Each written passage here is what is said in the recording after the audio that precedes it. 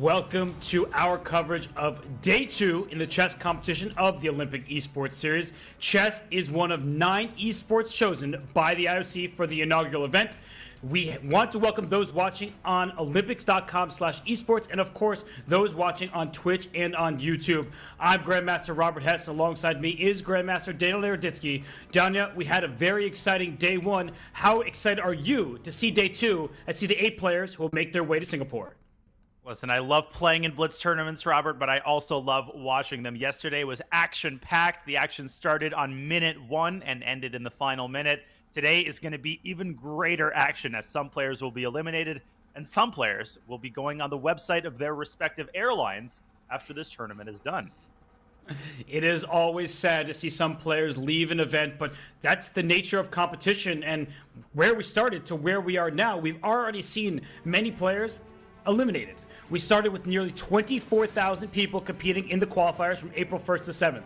Then we had about 2,100 in the April 13 through 16 trials. That number was whittled all the way down to 16. By the end of today, the preliminaries will be over, and we'll be sending 8 players through to the finals in Singapore from June 22nd to 26th. Danya, the players must be stressed right now. Oh, they absolutely are, and somewhere in some deep, dark corner of an Ivy League university, someone's performing mathematical calculation. What percent of players of the 23,778 remain? Well, let me tell you, in mathematical terms, it ain't a lot, and it's going to be even less, Robert, after today finishes. This is the day when the players get eliminated or they qualify. Yesterday was the preliminary. Yesterday you had a cushion. Today you do not, especially if you lost 1 or 2 matches yesterday. And it's not just about who is left standing, it's about how they are standing, because every single player who is in the preliminary phase, 16 of them, they still are in the competition. But Alexander Bortnick, Alexander Shimanov, Sargsyan, and Samvel Teresa-Hakyan, 2 players from Armenia, a very chess-rich country, are at 2-0. But then you have the players right behind them, those 4 with 1-1. Who do you expect to join the pack at the top and make it through to Singapore? Well, the least expected name on 1-1 is Alexei Sarana. I expected him to be 2-0. He has rampaged through all online events the last couple of years, so I am expecting a strong performance by Alexei. He rebounded, Robert, after that first round loss with a 3-0 victory against Pranesh. I think he's righted himself. So Alexei Sarana, he's going to be a force to be reckoned with. But Sam Amin, Jaime Santos Latasa, they're almost 2,700 FIDE. They are not pushovers in rapid time controls. They are going to stake a claim as well. Yeah, these are some monsters of the Blitz chess circuit. And when we talked about 8 players, there are another 8 in the field, and 4 of them also are at 1-1. You will note that Jose Martinez has been eliminated. He's disqualified because he could not get online. And so Riyad Samadov, he takes that match. He goes to 1-2. Down to the players on this page, who could you see making it into the top 8 and through to the finals? Listen, Yali Sokolovsky is a name I mentioned yesterday. He is an exciting young prospect from Israel. He's an international master, but he plays Blitz on the level of a grandmaster. It's only a matter of time before he achieves that title, Robert, in classical chess. But Pranesh, he's 0-2. He had a disastrous performance yesterday. He could barely win a game. Maybe a good night's sleep, some coffee, a little bit of tactics. What kind of magic can't that do? I'm looking forward to Pranesh trying to rebound. What a story that would be if you go 0-2 in the first day and then win 3 matches in a row on demand to make your way to Singapore on the 2nd. Yeah, you'd have to believe in miracles at that point, going from 0-2 in this field and winning 3 straight matches. And after round 3, 2 players, we will know who they are, will be going to Singapore. 2 will be remaining at home. Then after round 4, 3 more players will join the bunch heading to Singapore. They better pack their bags, while others may have to unpack them as 3 more get eliminated. Then, last but certainly not least, after round 5, we will see our 8 fill up, and we will see another 3 join the 5 remaining at home. It's unfortunate. It may be heartbreaking for some, but there will be jubilation for others, Danya. When you said unpack your bags, I remember this very common scene at the airport. There's always a big family, and they have 7 different suitcases, and they're frantically trying to repackage an item from one suitcase to the other to fit the weight requirements. I think that's relatable to anybody who's traveled at least once in their life, but some of these players are going to be doing traveling. Others are going to be watching wistfully from home, as you said, Robert. And there's only one way to find out which players will belong to which category. I can't wait to jump in. We had some outstanding performances yesterday, particularly Alexander Bortnick. I'm excited to see how he's going to fare today and how quickly he will be able to win that third match and make his way to Singapore. Well, you mentioned Bortnick. He is Bortnick strong. He has flexed those blitz muscles. There was a bit of fortune going his way against Maxim Chigayev when Chigayev blundered a rook at the end. But look at Bortnick taking on Sargsyan, Shimanov taking on Sargsyan's compatriot in Samvel Teresa-Hakyan. So we have an Armenian duo at the top. And then we have Alexei Sarana against Nguyen. We have Bassem Amin against Rakhmonov. So Danya, of the matches here, who do you think is going to stamp their ticket after the third round?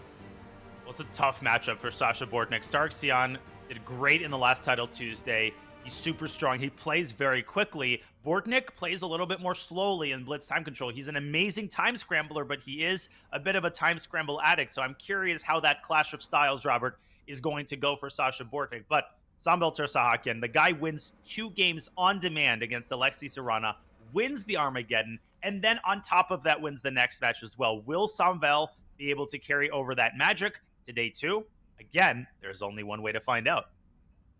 We will find out soon. And well, we're talking about some people being happy at the end of 3 rounds because they will go on to Singapore. But there will be some unhappy players. Jose Martinez, he has forfeited this match against Riyad Samadov. So Samadov, he's happy. He stays in the competition. But Danya, Jaime Santos, Ohanyan, Maxim Chigayev, and Yalis Sokolovsky, they are at 1-1. They can afford a loss. But Pranesh and Mittal, these compatriots, the loser of that match is eliminated.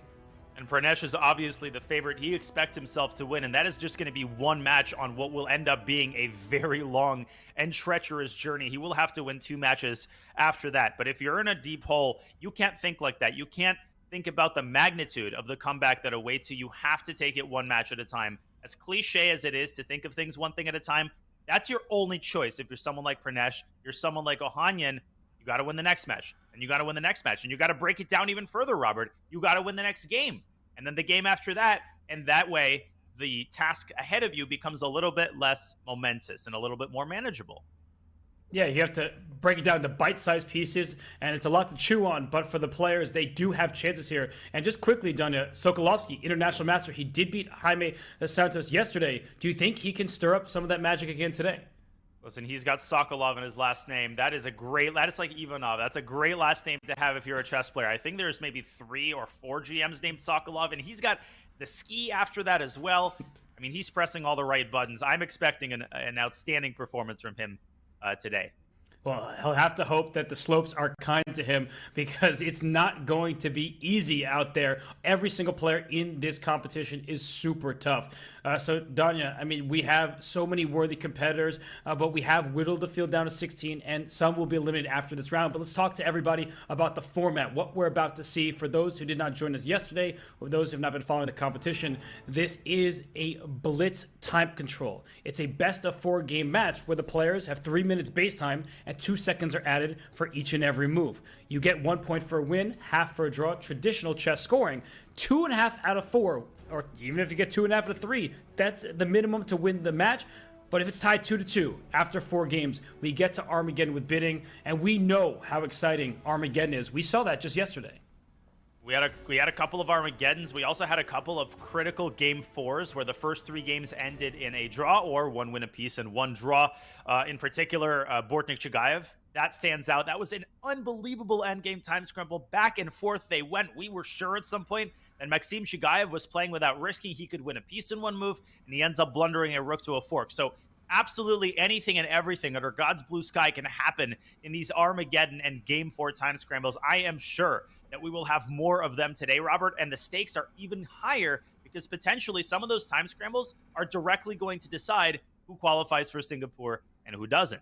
Yeah, it's the Olympic Esports Series, the OES. And for the players, there is a lot of stress. This is not something that they get to do every day. A trip to Singapore to face off for the OES Finals, June 22nd to 26th. That is what they have in their sights. And for some players, that's just 1 match victory away. But you can't count your chickens before they hatch. You can't just say, I'm going to get there because I have 2 wins yesterday. Today's a whole new day, and there's a new opponent in front of them.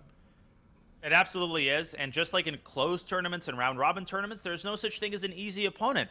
So if you're someone like Alexander Bortnick or Samvel Teresa-Hakyan, you lose the first match, you might end up playing, an Alexei Sarana or a resurgent Pranesh or, an Amin Bassem, and that's not going to be an easy matchup either. So it's very, very easy to think that everything is all but in the bag. All you need is one more win. But remember, you're not going to get all that much of a weaker opponent if you lose that first matchup.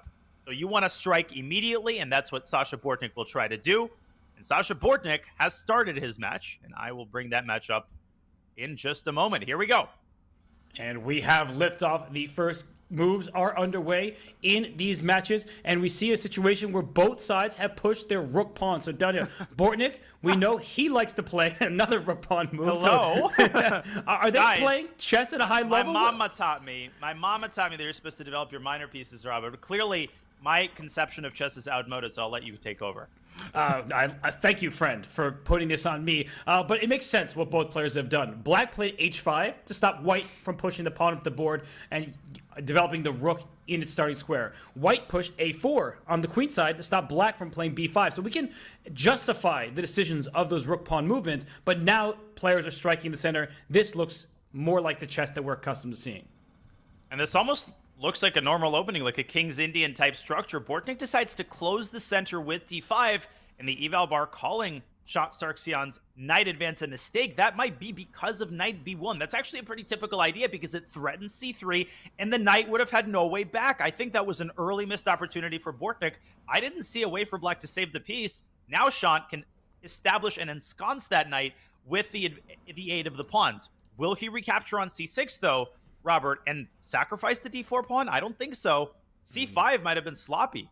Yeah, no, you do not want to take back with a pawn and lose a pawn, but you don't want to take back with a knight and hand your pawn the d5 square. It's like a knight orf gone completely wrong for black. So, Danya, this is a situation where we both feel like Bortnick has the upper hand. Both players missing something out of the gates, but that's understandable. They don't have the evaluation board to their side. They're not alerted when there's a tactic available. That's the big difference between puzzle rush and playing. And whoa, what is he doing? Yeah, can he just take b7? Isn't it just winning for white? It absolutely is. Now, typically there's an idea in the King's Indian where white plays c7 and jettisons the pawn in order to keep control of d5. Here he's able to do that while keeping an extra pawn. This is an opening catastrophe for Sargsyan. It is indeed, because black is down a pawn. It's a healthy extra pawn for white. And look at this move. That is great understanding by Bortnick. He could have castled his king, but he sees that the move for black is pawn to d5. So he leaves the d6 pawn as a backward pawn, a weakness that he will target. That is a great move. Something that won't come up when you browse through the game quickly, but bishop c4, an excellent, excellent play by Bortnick. And things are going from bad to worse. I think even if black had an extra pawn here, if you added a pawn, I don't know, on b6 and c6, the position would be unclear. Bortnick has his cake, and he's eating it too. He's got total dominance over the center. He's got that target on d6. He's got an extra pawn. And on top of everything else, he's got the pressure on the f7 pawn. So he can choose to transform his advantage from positional to tactical with a well-timed f4 pawn push. That would be very consistent with his tactical style. But right now, I think he's just enjoying his life. Well, I think, look at Sargsyan's background. He's enjoying his life, too. He's singing, "Don't let the sun go down on me," and he plays d5. He strikes in the center, and he wants activity, and that is something that the best players in the world do, is they give up material, in this case, another pawn, to get that knight hopping around. So I think this is a good practical choice by Sargsyan. Absolutely, and Sargsyan never goes down without a fight. He never goes gentle into that good knight. And Bortnick blundering the d5 pawn, there was absolutely no reason to do that. He could have dropped the bishop back to a2, Robert, and kept his two extra pawns.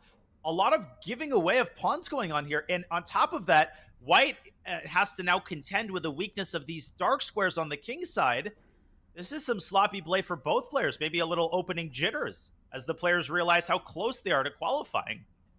And c4, what an idea there. The pawn could not take en passant because the rook was loose, and if the queen took, there might have been some problems in black's position. But instead, backtracking that rook, backing it up, and that is a healthy passed pawn on d4 done. And this is turned around in a flash. It has. And Bortnick took on d4 impulsively. He's still up a pawn, but now black has tremendous counterplay as he shoves the pawn forward to d3, vacating the d4 square for the bishop. The bishop can deliver a check on d4. He can chase this knight, Robert, out of e4 with f7, f5, and perhaps even plant a queen on g3. Things are cooking in the center, but rook d4, a very, very bold move, and Bortnick chooses to focus on the queen side. And he wants to keep his pawns connected, because if you start pushing them too fast, they may drop off one by one. That knight on e4 is not completely stable there. At some point, black can make a move like f5 or sack, as you're indicating. And this is a checkmate pattern. It's a checkmate pattern. Rook takes c4 is a flat-out threat. Bortnick tries to douse the flames of black's initiative by trading queens, but that won't necessarily solve all of white's problems, because he still has to contend with his passer on d3. But it would be more consistent with Shant's style to play a move like queen e6 and keep the tension. His style and the way he's been playing this game, do not trade the queens off. Let's not forget that black is down a pawn. He goes queen e5. Was that a mouse slip? It very well might have been, because if you're trading queens, you might as well have taken on g5 and garnered that extra tempo. Black has such counterplay that even in the endgame, I don't think that white's task is at all easy, but a very strange decision, and it's given Bortnick pause. He's down to 38 seconds.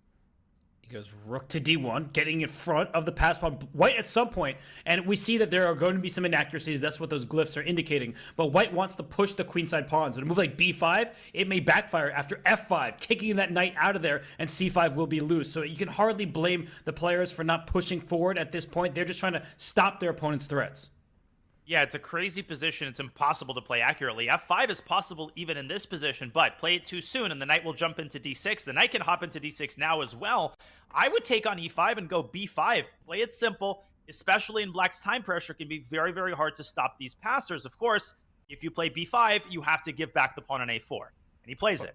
But it's totally worth it. Who cares about pawn quantity? White is up a pawn right now. Material equality does not make the position level. If you take on a4, if you swap queens and then take on a4, well, those pawns are just going to run up the board. b6 and c6 and c7 and b7, and that would just be game over. And it was a great decision for Bortnick not to take on e5, because black's bishop is now out of commission, but he blunders. What does he blunder? Queen takes c5, there's queen takes d8 check, but maybe black should go for that anyway. That would be crazy, giving up a full rook with check, but the white king is in some trouble over there. If he plays queen takes c5, that would be super brave, but maybe he can also slide his rook out from the attack of the queen. He does it.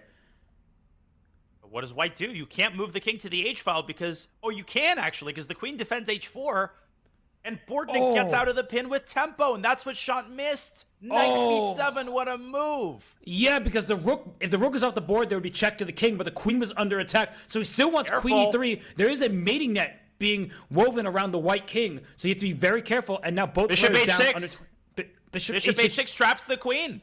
There's rook e1 potentially? He goes d2 first. Now bishop h6 is the threat if Bortnick takes on d2. So what does he do? Knight d...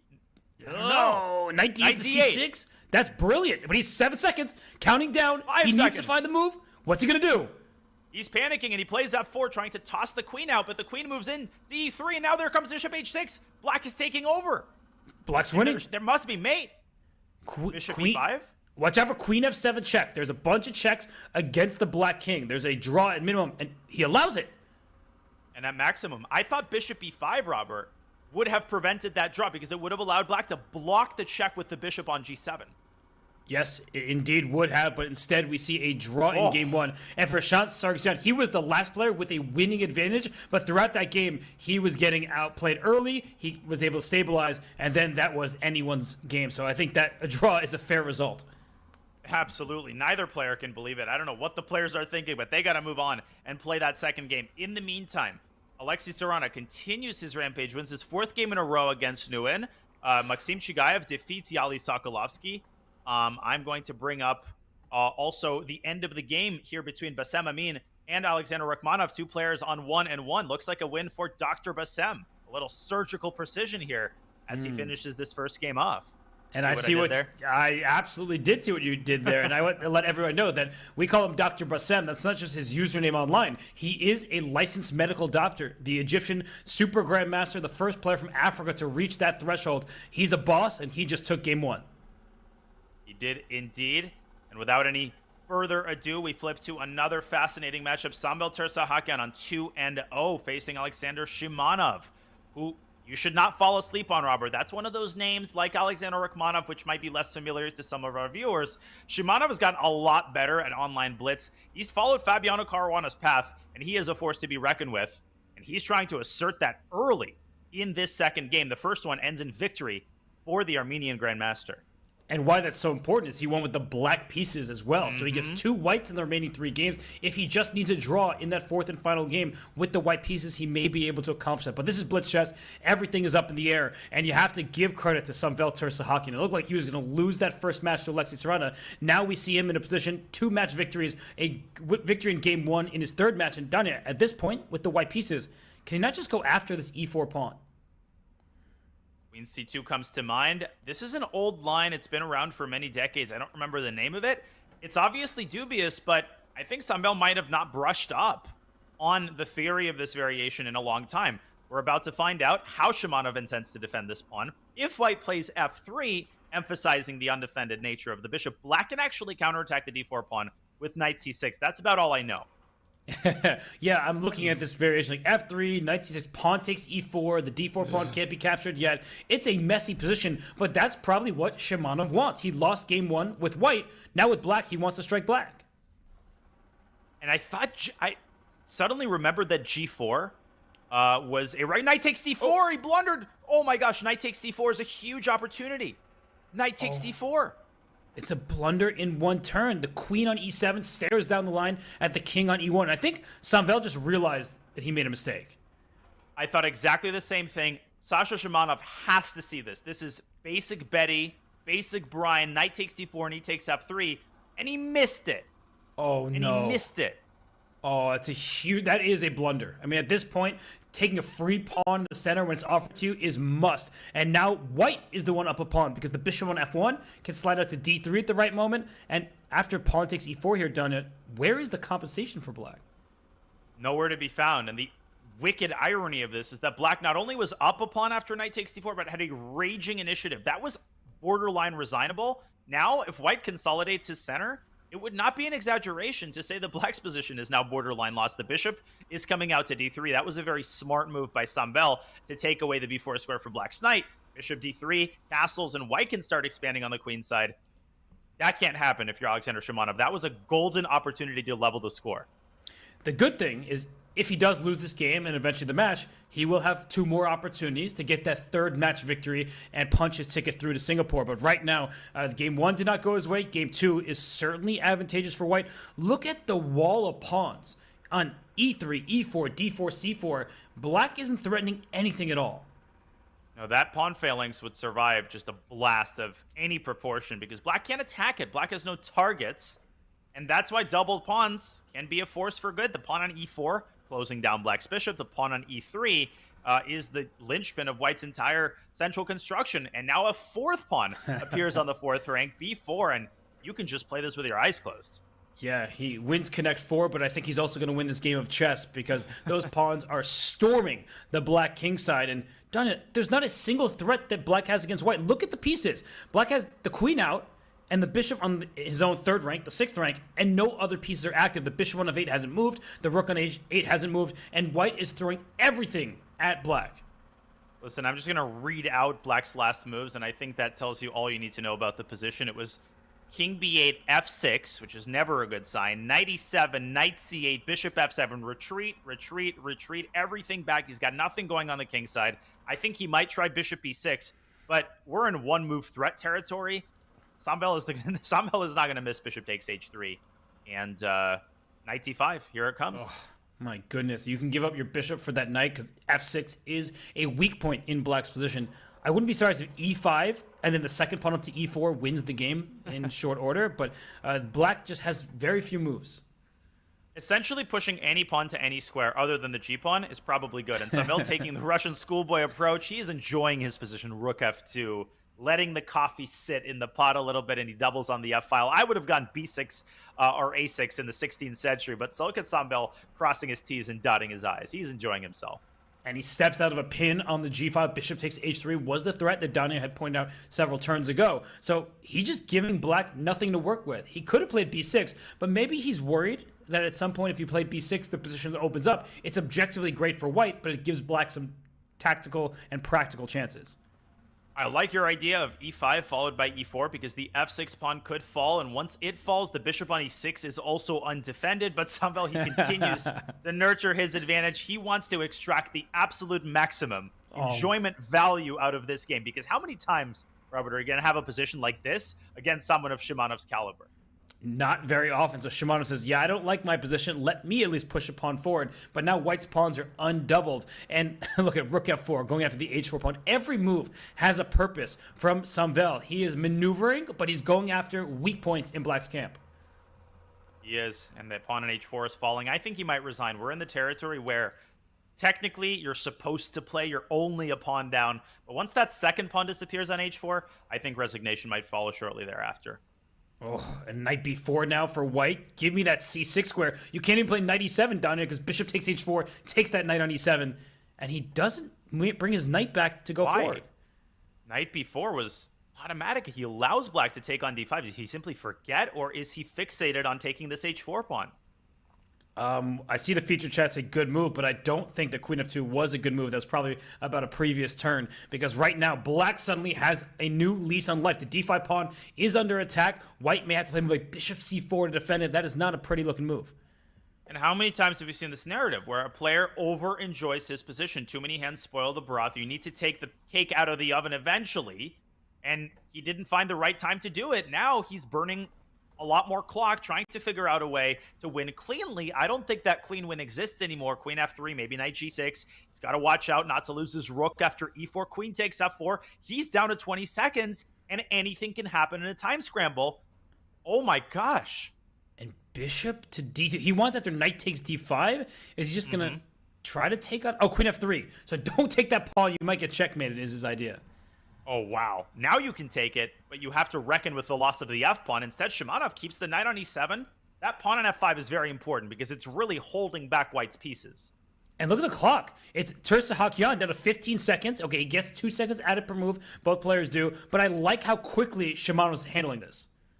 I love how quickly he's handling this. He's decided on a strategy. He's just waiting.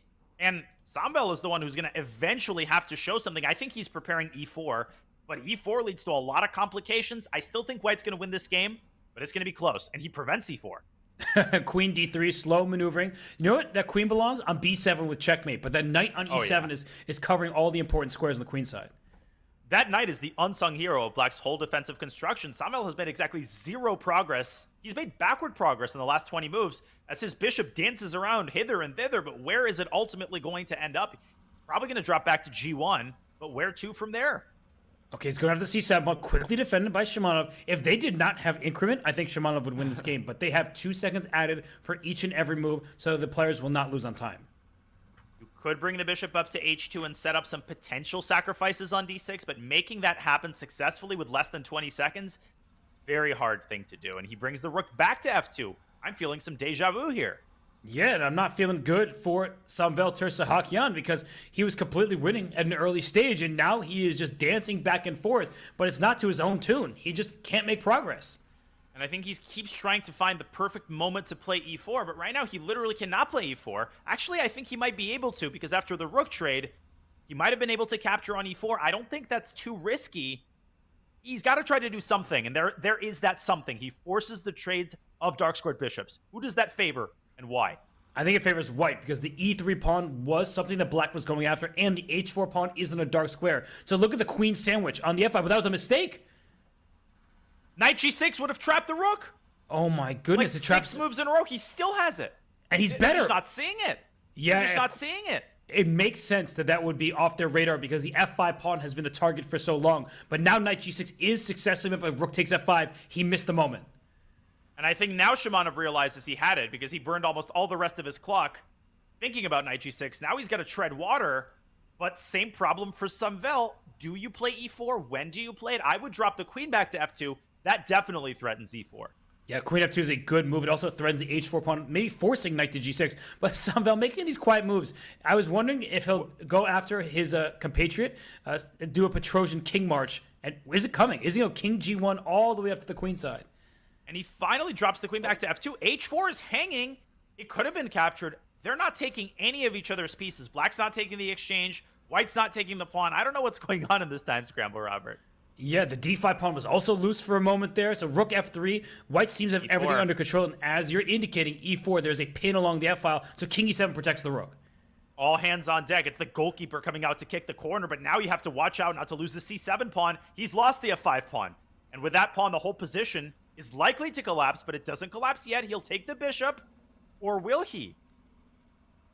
Oh, rook f4. What a move. Rook g4 threatened to win the queen. Ooh. Now he can just take the pawn over there. But the f5 bishop, that can be captured a bunch of times, and maybe black would have compensation down the f-file. I think bishop e6 forces decisive simplifications as he rushes the pawn forward to e5. It's over. Oh, he got the move off with 0.1 seconds left. Did Shimanov. He is playing on increment on the time added per move, but bishop g4 is nasty. That ends the game. He has time left on the clock. He doesn't have any pieces left because he's going to lose both of his rooks as well as the game. An infuriating loss for Shimanov, who had that chance in the opening and then somehow improbably came back, had a chance to win the exchange at the very end, Robert. Didn't make it happen. Well, you like to say throw caution to the wind, and what Teresa-Hakyan did is he took caution to the wind. So he ended up with the victory, and he is now 2-0 up in this match. A single draw sends him through to Singapore. Indeed, and I'm going to flip on the game between Bortnick and Sargsyan. That first game, a wild one, ended in a draw, and Shant winning the second game. So Alexander Bortnick already with his back against the wall. If he loses this game, he loses his first match of OES. Ooh, c6 play, just chiseling at the pawn structure. And for Bortnick, he is the white side here. He has a little bit more space. That knight on d8 is dominated by white's pawn. So I do like white's position, early stages of this one, but I do like the fact that white has a bit more control over the board.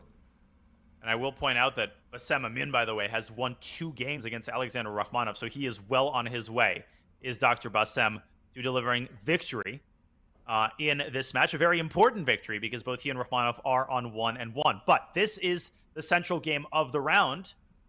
Knight h4, swinging over to f5. That's the stock idea, but black can try to induce the queen trade. If you do that, though, you have to reckon with the subsequent weakness of the d6 pawn. Yeah, you said the stock move. Maybe it's the stockfish move as well, because that knight h4 heading into f5 looks very dangerous for black. A queen g5 may be the only move, but you know that you're going to be groveling in an endgame. Yeah, and that's a big choice to make for black. Shant has to decide whether to seek his fortunes in a very dangerous middle game or go into this worse endgame. I think he had to go queen g5 because knight f5 is a devastating threat. Now he tries to use his knight for defensive purposes. If you're Sasha, don't go rook c4 because of knight c2. There's also Anastasia's made ideas involving knight e7 and then a rook lift, but I don't think there's a concrete way to make that happen.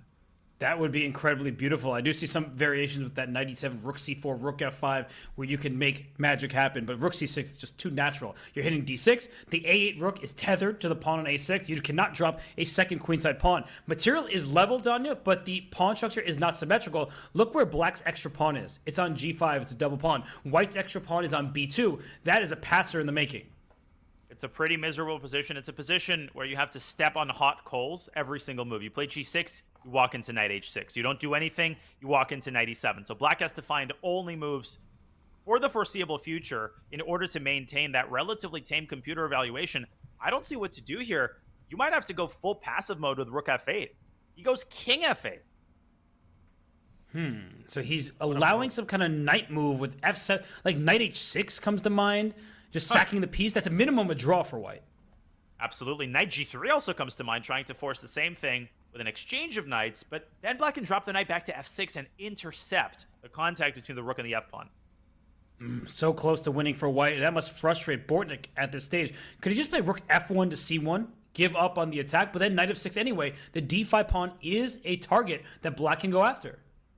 But he can, and he probably should. The last thing you want to do is burn 45 seconds and find absolutely nothing. We've seen Sasha do that from time to time, where he goes a little bit too deep into the complications. If he goes deep into the complications, you better find something. You better have something to show for it. He is looking desperately for that knockout blow. We know, Robert, we have the luxury of the eval bar. We know that there is no knockout blow to be found. Yeah, I mean, king f8, what a brave choice from Sargsyan. And knight e7, I actually like that move because you protect d5 and you stop rook c8. No trades for black, but knight f6 quickly played. Daniel, I think that Shant is playing this extremely impressively, and now he's just swapping rooks off the board. Exquisite defensive play, and we can't even call it defensive play anymore because now white is the one on the defensive. Once the rooks are traded, the initiative has evaporated. The knight on c6 looks pretty, but it's not doing all that much, and black can kind of work around it. I think that black's better. I mean, we see the evaluation bar suggesting as much, but Bortnick, he can afford to draw. He will get a fourth game, and he goes rook f6. taking drastic measures to change the course of the game. I don't like this. Done it. Just as I was saying, he can afford to draw. He would still get a fourth game. He goes all in. He goes all in, but what does he have to show for it? If Black plays the calm f6, just connecting and solidifying the pawns, Bortnick tries to bank on his pawn majority, the activity of his knight restricting Black's rooks. Somehow I'm skeptical. Black has to find a way to employ both of the rooks. One rook can go to b7, but then where's the other rook going to go? And actually, Black can hardly move. If you play e4 as white, and just what's Black's next 3 moves? Well, rook b7 is low-hanging fruit, but that doesn't even threaten anything. The knight on c6 just chilling there, defending the pawn on b4. Then Bortnick could bring his king up. It's actually a very practical decision, but this allows king d7. Yeah, Why'd he do that? He lets the king out. He's hoping for rook e7 check at some point. So after king d7, the a8 rook is free, and that's the big deal. In fact, a rook trade might be imminent, because where's that rook on e6 going? Nowhere. Bortnick missed it. Rook e8 is coming, and the rook trade will leave the knight all alone to face the wrath of Black's king and rook. This should be now technically winning for Shant.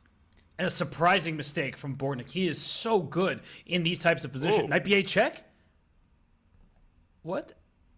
I would try it. You have to. He's given up. You think so? Or do you think he has a fortress?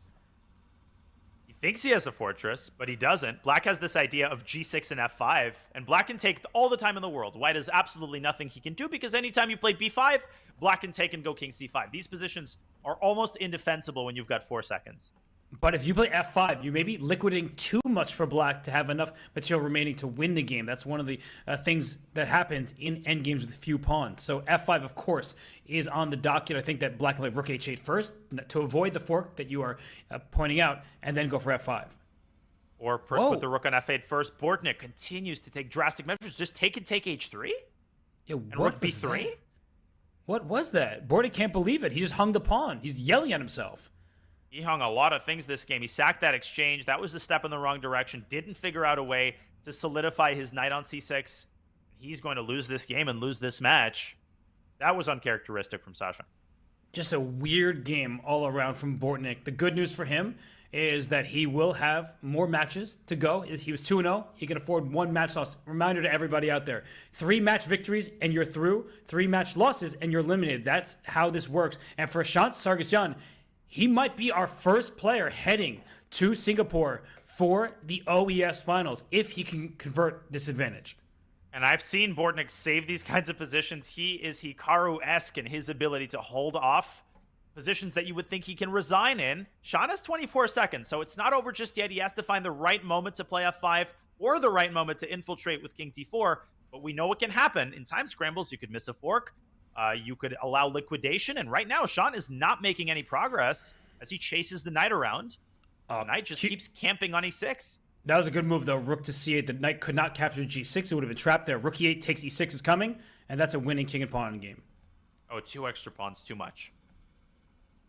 And I think that Bortnick is about to give up. He's going to resign, and with that, Sargsyan, he is punching his ticket to Singapore, June 22nd to 26th. You'll see him there. He is winning in this king and pawn game. There is no hope left for Bortnick. He's just playing the last few moves, but the inevitable, it's going to be a win for Black. And Sargsyan is our first player heading to Singapore. The game is over. The match is over, and Shant can breathe once more. Sean is just such a strong player. He plays quickly, he plays practically, he finds interesting creative ideas. He's not always perfect, but he has the right combination of skills that make him a force to be reckoned with, as we know from all of the Title Tuesdays in which he's finished in the top 5. I have flipped on an important game between Chigaev and Sokolovsky. Maxime winning the first 2 games of this match. This smells, Robert, of Sarana against Teresa-Hakyan, where Sokolovsky wins the 3rd game on demand and now has to win another game in order to force Armageddon. Can he pull a Teresa-Hakyan? That's such a funny expression. Can he? He's got chances. Teresa-Hakyan? Yeah. Well, speaking of Teresa-Hakyan, by the way, he just needs to draw in his game, and he makes his way through to Singapore as well. So we may see 2 tickets booked from Yerevan to Singapore in the next few moments. But c6 is hanging in this one. Danya, I don't like Black's setup one bit. Just seems like too many weaknesses. And wow, what is this? Sokolovsky liquidating a little bit too quickly and overestimating the effect of his extra pawn. Black now has enduring counterplay against the d4 pawn, which is a weakness, as well as the possibility of liquidating with a5 or attacking b4 with rook b8. I think Chigaev might be able to save this. And the position is one where white is currently a pawn ahead, but d4 is just loose, and bishop e5, the only way to stop that pawn from dropping. But as you're saying, that allows the rook to get to b8 at some moment, or a5. It's okay to be down a pawn if you have activity around that extra pawn, and the a5 will open up, and the a2 pawn will be a target. And that bishop on a4 really splinters the coordination of white's pieces because it controls the c2 square, so white can't bring that rook over to c2. Sokolovsky also just blundered an exchange. That ain't going to help. No, that's in fact just terrible because rook d2, you take on d3, bishop b5 at the end, skewers 2 rooks in a row on the diagonal, and white doesn't even get a second pawn for his trouble. So it'll be a knight and just 1 pawn against a rook, and we saw how Bortnick tried with that. Didn't work out. It's not going to work for Sokolovsky either. Well, d takes e5 made absolutely no sense. It made no sense positionally either. You're closing down your own rook. You're giving black a passer. It also turns out to be a blunder. And sadly, a draw doesn't cut it either because Chigaev won the first 2 games. So, a draw for here is something that sometimes happens when you no longer have any winning chances. You see this sometimes in the World Cup and other elimination tournaments. I think Chigaev, though, is going to carry this forward to victory. Yeah, I'm not too worried about it for him. The good news for Sokolovsky, he'll remain in the field. It will only be his second match loss. This one looks pretty straightforward for black. Take on f2, bring your rook back to the queen side to go with the pawns. But knight b8, just like we saw in the Bortnick game, that a6 pawn is vulnerable. The knight can be a very resilient defender. And if you go after the a2 pawn, white can push that pawn up to a5, take on a6, and that's the last thing you want. You don't want to get your hands dirty. I would go a5 here, preliminarily give that pawn up, then go after the newly doubled pawns with rook a2. a5 is a brilliant idea by you and a brilliant find from Chigaev. He is cementing the a4 pawn in place, so rook a2 will win it. The knight does not get back in time, and that he just ices it. That was such nice precision from Chigaev. Not just yet, though. I think he needs one more move because rook a2, knight c6, and if you take on a4, the knight suddenly dominates the rook. That actually might be winning. No, the knight will hold out the a2 pawn, so just wait a second. King f8. You can't push b6 because there's rook b2, so you bring the king in just in time. Very nice. Well spotted by you. That is really the hero move of the game. b6, rook b2. You didn't want to take on a4 because b4 is the only square on the b file controlled by white's knight. What good endgame technique from Chigaev here. Sokolovsky down under 15 seconds. He's trying to find a move, but he doesn't have one done. We understand. He understands that Chigaev has played excellent defense. Either way, Shimanov tearing Jaime Santos Lotasa apart and winning 2.5 half. Incredible. And we talked about it, where the lower rated players can beat these highly rated GMs. That just happened. It's happening in some other matches, not in this one though. Sokolovsky, he beat Jaime Santos. He's not taking down Chigaev. No, there's nothing to play for here. Black has 33 seconds. This is virtually resignable. I think Chigaev will just try to keep control of the f-pawn to prevent white from establishing another passer. He's got all the time in the world to figure this out. Pranesh, predictably, he did win his match against Aditya Mittal to stay in the tournament. And Aditya Mittal, the Indian youngster, sadly, this was not his best day in the sun. He is eliminated as he goes down 3-0 to Pranesh. And Sokolovsky resigns. Maxim Chigaev goes to 2 match wins with just 1 loss. And for Mittal, we say goodbye. The second player, except for Jose Martinez, didn't actually play a match. A second player eliminated from the OES Preliminaries. And Dana, I have to say that for Mittal, he had a good day in Baku. He played a nice game of over-the-board chess, but he didn't bring his best to this online match. And Pranesh sails through, or continues in the event. So let's look at some other games. What do we have going on? Oh, Teresa-Hakyan, by the way, also is going to Singapore. Teresa-Hakyan is going to Singapore as he finishes off that very impressive match. And I believe that the only remaining match is the one between Amin Bassam and Alexander Rakhmonov, where Rakhmonov has to win on demand with white. And he's got a slight endgame advantage, but he's got a major deficit on the clock, and I don't think he's going to make it happen. No, look at this position. Only 3 pawns remaining. White has the activity, that's the good news. But how do you go after the pawns? You can't play rook a7, bishop d4 check would win material. So no matter what white tries, it feels like black is able to actually get some activity for his own pieces. Now, obviously, if black wins the a-pawn, the game ends immediately. White's winning chances evaporate. Amin is taking a more defensive approach. He's just keeping his rook on the 6th rank. The pawn on a6 is on a dark...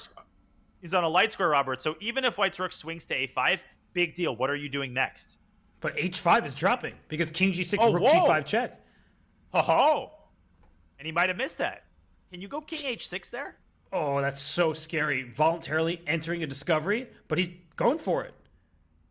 And he should, because white has no targets to attack, no discoveries. He's trying to get black into some sort of zugzwang, but I think you could actually force this rook to make a decision, and he does. That is amazing understanding from a superstar in Bassem Amin. He was a wild card. He was given a spot in the preliminaries here, and he has proven that he should be here with each and every game. And he's even. He won the first 2 games. So, Danya, do you see any ideas whatsoever for white? Well, right now, white has to build up a little bit more time on his clock. He needs to try to exploit that 2-second increment. He offers a rook trade, though, and his winning chances evaporate with the last heavy piece. Yeah, and you just need 2.5 points to win a match. It is 2-1 right now. So unless Rachmanov can steal a pawn somehow, he is going to drop down to 1 and 2, and Bassem Amin is going to float up to 2 and 1. Don't go king e5 though. Well, you can actually. Bishop g7. There's f6, and he does. He plays with fire, though. I agree. This whole game, right? He put his king on h6 into a discovery. He walks into a skewer. He blocks it, and there's just no progress to be made for white, I guess. Black's king is too active, and black's pawns are weak, but black's king is more than capable of holding both of them.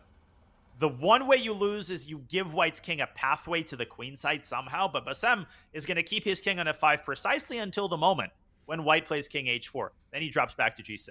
Nothing white can do here. If the king side pawns are traded, it's immediately a draw. The a pawn with the dark square bishop does not win for white. So that's the good news for Bassem. He has certain visualizations that he can work through that say, I'm going to draw under these circumstances and these and all those others as well. He is completely level in his endgame. The one thing is that Rachmanov has whittled down black's clock to about 10 seconds, a little bit more than that.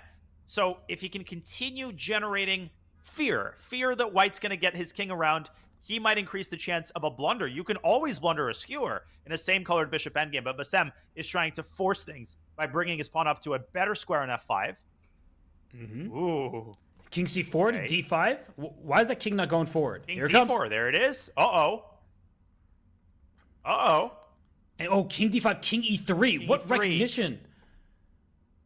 a5. Play bishop b4 and a5, I think, for black. But that's why Rachmanov put his bishop on f2 in order to hold black's king down, and white's bishop is doing an amazing job of that. He's got chances now, king b6 and king b5. Yeah, but the problem he is... goes the wrong way. But once that bishop goes to b6, the black king goes to g3. So I think Bassem, he has timed it perfectly. He is still able to defend the pawn. He wants to keep it on a light square as long as possible, but if it goes to a... Whoa, where's this king going? He tried to go around to g6. What a devious idea by Rachmanov. He's got black down to 5 seconds. He's threatening g3, but Bassem is so alert.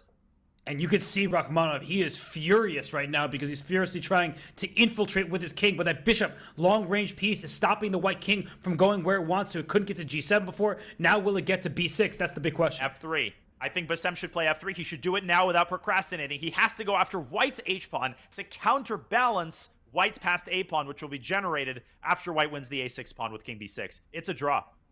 Oh, but barely, because the black bishop will have to drop back to d4 at some point to stop the white passer, because white is one tempo ahead, right? White is one tempo ahead because it's white's turn in this position. It's going to be a pawn race. The way that you dislodge the bishop, I would consider bishop e3 here, then maybe get the bishop around to g1. It's not going to work, though, because black can play bishop to d4, and he plays it anyway. Now white has no easy way to intercept black's bishop. He's not in time to play bishop a5, bishop b6. We're going to have...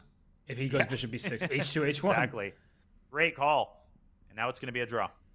Yeah, this is easy at this point. And for Bassem, he's about to see the pieces come off the board, take on a7. H2 will be captured after. And Bassem Amin takes this round 3 match. You can see him. He's finally taken a step back. He's like, oh, I'm in this. He drinks that water. He goes to 2-1. And for Rachmanov, he's proven that he will be a test and a pest for all the best players, but he is on thin ice. He will only have one loss available to him because he's at 1-2 now.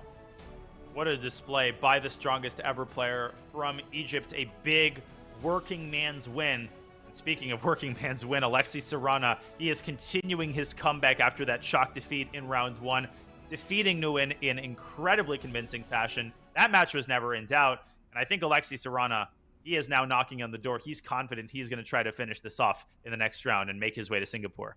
Yeah, Alexei Sarana entered the competition maybe as the #1 player in the field, at least according to most of the chess public. But he has 2 wins and 1 loss, 1 more match victory, and he sails through like we saw Sargsyan and Tamvel Teresa-Hakyan. But Ohanyan, this was a great round for Armenian players. We see a 3rd match victory for an Armenian player. Ohanyan takes down Jaime Santos, underrated on paper, but a force to be reckoned with. Chagayev takes down Sokolovsky. We saw the end of that match. Pranesh bids adieu to Mital's event. Mital is eliminated, as is Jose Martinez, who was not available for today's action. And so Riyad Samadov stays afloat as well. He goes to 1 match victory and 2 losses. Danya, what a round we just saw.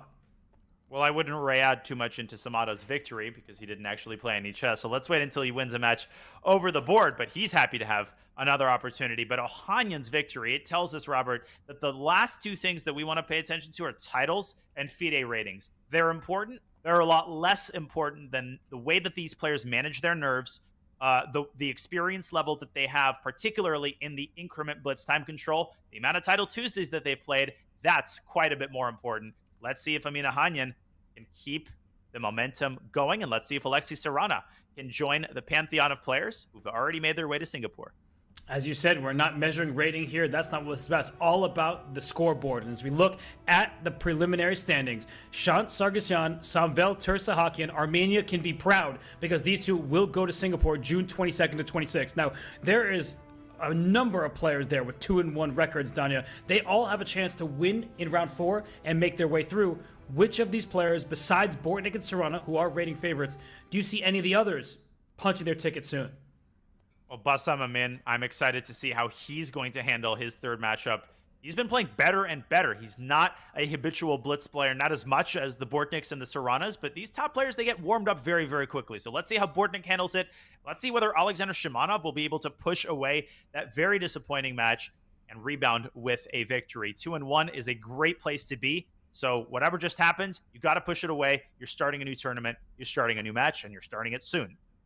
Chess is an objective game. The psychological components do play a part, but you have to push them aside and just focus on the board. So 2 players have earned their right to go to Singapore. 2 players will remain at home, Jose Martinez and Aditya Vital. But if we look through here at all other players who are remaining in the competition, of the names, Jaime Santos Latasa being 1 and 2, that's a bit surprising considering how strong of a player he is. Nguyen has had some tough pairings. Done it of these players with 1 and 2 records. Who do you see making it through to Singapore? Well, I'm going to stick to my prediction from the start. Pranesh, he was 0-3. 1 and 2 sounds a whole lot different than 0-3. That sounds a little bit more respectable because guess what? 1 match at a time. You win this match here, you're on 50%. You've got just as good of a chance of winning that last round as losing, right? You've got a 50-50 chance of qualifying. So for Pranesh, got to focus on the next match. You feel a lot different if you were 0-3 and won a match than if you were 1-1. Or even 1-0 and lost 2 matches. So players like Nguyen and Santos Latasa, they weren't expecting to be here. They weren't expecting to be on the verge of elimination. They're going to have to show why they're almost 2,700. They're going to have to pull it out of the bag here.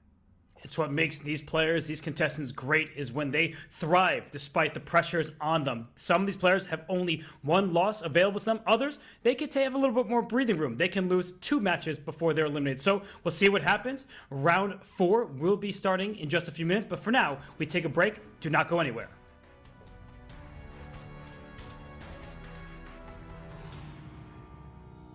We're here in Toronto for the Global Championship. I got Fabiano Caruana with me. You don't need to talk yet. I got James Canty. We're going to see who recognizes these guys out of the random passerbys, and we're going to ask them some fun questions about chess. For $5, do you know who this is? No? Okay. Actor. An actor. Well, you see this guy. Any idea who he is? Somebody very famous. Mm-hmm. He is. Rabba. This is actually 50 Cent's brother. His name is Daryl. That's right. Goes by 75. You want to play chess? Okay. So what, is he a player or something of chess? He is a chess player. I'm not, but he is. I play on the side. Yeah. I've been taking some coaching lessons from Yeah. Grandmaster Canty over here recently. Guy over here. Calculation over everything. What's your name again, sir? My name is Jamie. What's your name? I already know it. It's Daniel. Yeah. Daniel Naroditsky. Okay. There it is. Come on. Don't On the attack, baby. On the attack. If he wins, I know the guys at Chess.com. We'll get him a diamond membership. Okay. Do you know what that is? Yes. Okay. Is that something you want? Yes. Yeah? Okay. Look at you. Look, is this a London? He playing a Yo, we got a pro here with the London. full on London. How'd it go? I You won. won the You game. won. You Okay. won. That's You won. great. Hey, good game. All right. I should have said youtube.com/CSQ pod. What is the URL? Just YouTube. I actually don't remember. Okay. look at the pod.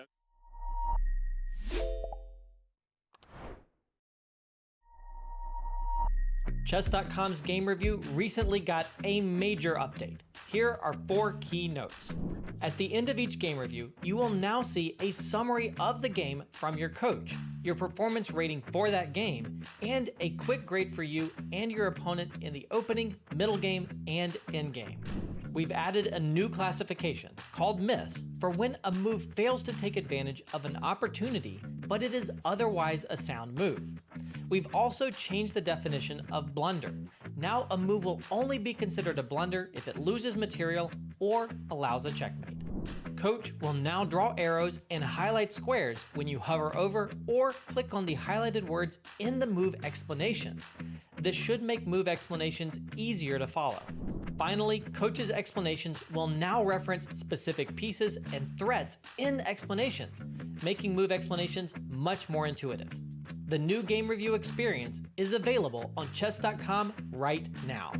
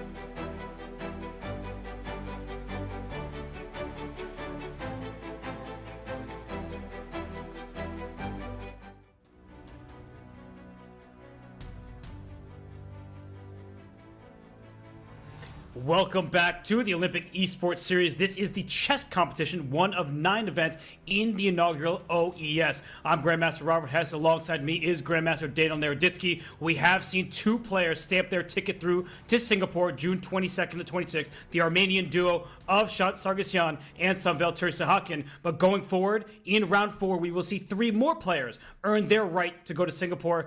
Danya, these matchups that we will have in the next round, they are going to be action-packed with a lot on the line. Listen, warm-up time is over. Practice time is over. This is clutch time right here. This is where you make it or break it. This is where some players make it to Singapore. Others make sure that they don't get any airline tickets and they can take that vacation with their family as we review the matchups for round 4. One of those players in the former category, Robert, is Alexander Bortnick, who has to push that disappointing match with Sean out of his mind and try to deliver against Shimanov.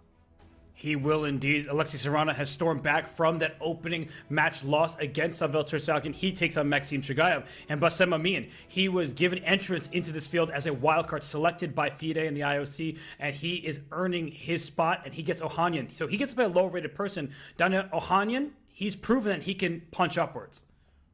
Oh, absolutely. And he punched upwards multiple times, defeating Jaime Santos Latasa in style. He is one of the strongest 15 and 30-second players in the world. He is an incredible time scrambler. So if he can survive the opening stage, if he can get his types of positions, he is no easier of a matchup, Robert, which we've been saying from the start, than any old 2650 GM. True indeed, and we have 3 more matches. Speaking of 2650 plus GMs, we have Jaime Santos, who must be disappointed with his match score thus far, just 1 win to his name with those 2 losses. Pranesh, who was on the verge of elimination, he wins 3-0 against Aditya Mittal. He stays afloat. Nguyen and Sokolovsky, they both lost their round 3 action after starting 1-1, and then we have Rachmanov. He falls down to take on Riyad Samadov. Samadov and IM, Sokolovsky and IM. Danya, do you still believe in the IM's chances? I definitely believe in Sokolovsky's chances. I don't really believe in Riyad Samadov's chances because he is actually playing an over-the-board game right now. And it looks like that game is continuing and he probably will not make his match. We're giving him a grace period, but ultimately that grace period will expire, Robert, and he will start forfeiting games every couple of minutes. So Riyad Samadov's tournament might be coming to an end, but in the event that he offers a draw or he blunders his queen, he rushes back to his hotel room, then we will, in fact, see him continue his OES run. But Sokolovsky, his back is against the wall. Let's see how the young IM from Israel reacts. Well, we may see queen blunders. We also will see brilliancies. That's the nature of Blint's competition. And the next games are about to get underway. So while they start up, we will dive right in. But I like what you said there, that some of these players, their rating on paper doesn't match their true strength. Players will respect them, and they have to be on the watch out. So let's look at Bortnick taking on Shimanov. We see a Caro-Kann, and for some reason, that has flustered and stopped Bortnick in his tracks. E4, C6, man, wasn't expecting that. I think I'll just resign. I mean, Caro-Kann forced to win for black. Of course, this line is all of the rage, but the knight coming out to a6, that is unusual from Sasha Shimanov to the point where Bortnick pre-moved queen c2 because castle short is such standard fare. What do you make of knight a6? I like it now that it's on c7, but perhaps it could have been captured and shattered black's pawn structure. Now, Shimanov, he knows these variations. He's not just coming up with a one-game try. He's bringing his knight back to the game. Otherwise, he would have secured the pair of bishops. So I like what both sides have done this far, but it's interesting how deliberate they're being. We're used to seeing players gain more time with the 2 seconds added per move at the first 10 moves of the game.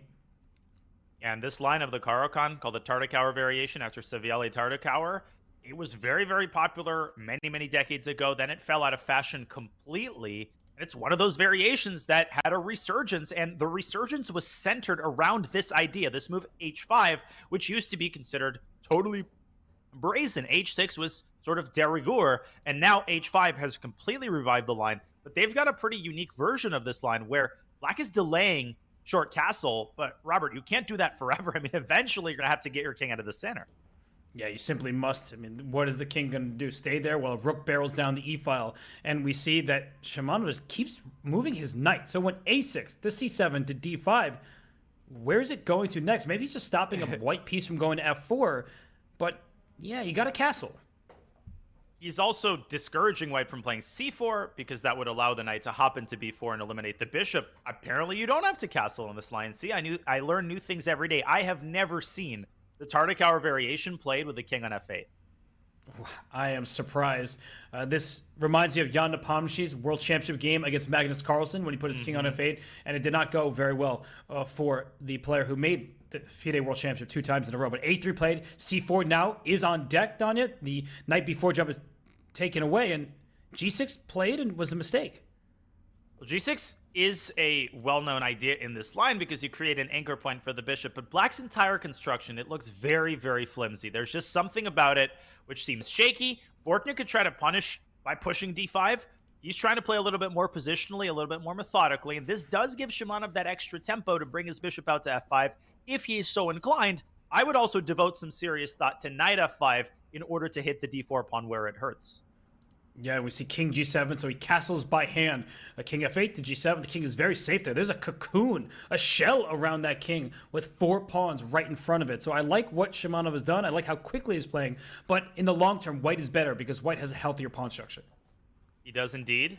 And the next question for black, which piece is he going to bring to f5? But right now, Bortnick has to develop a configuration. He has to decide where to bring this bishop. Bishop b3 is a little bit passive. You could push the b pawn, but you run the risk of overextending yourself without having the sufficient firepower to then protect the center that you've unfurled, especially after a move like knight f5. And so Bortnick plays a little bit more conservatively. I like it, especially because he's down 30 seconds on the clock.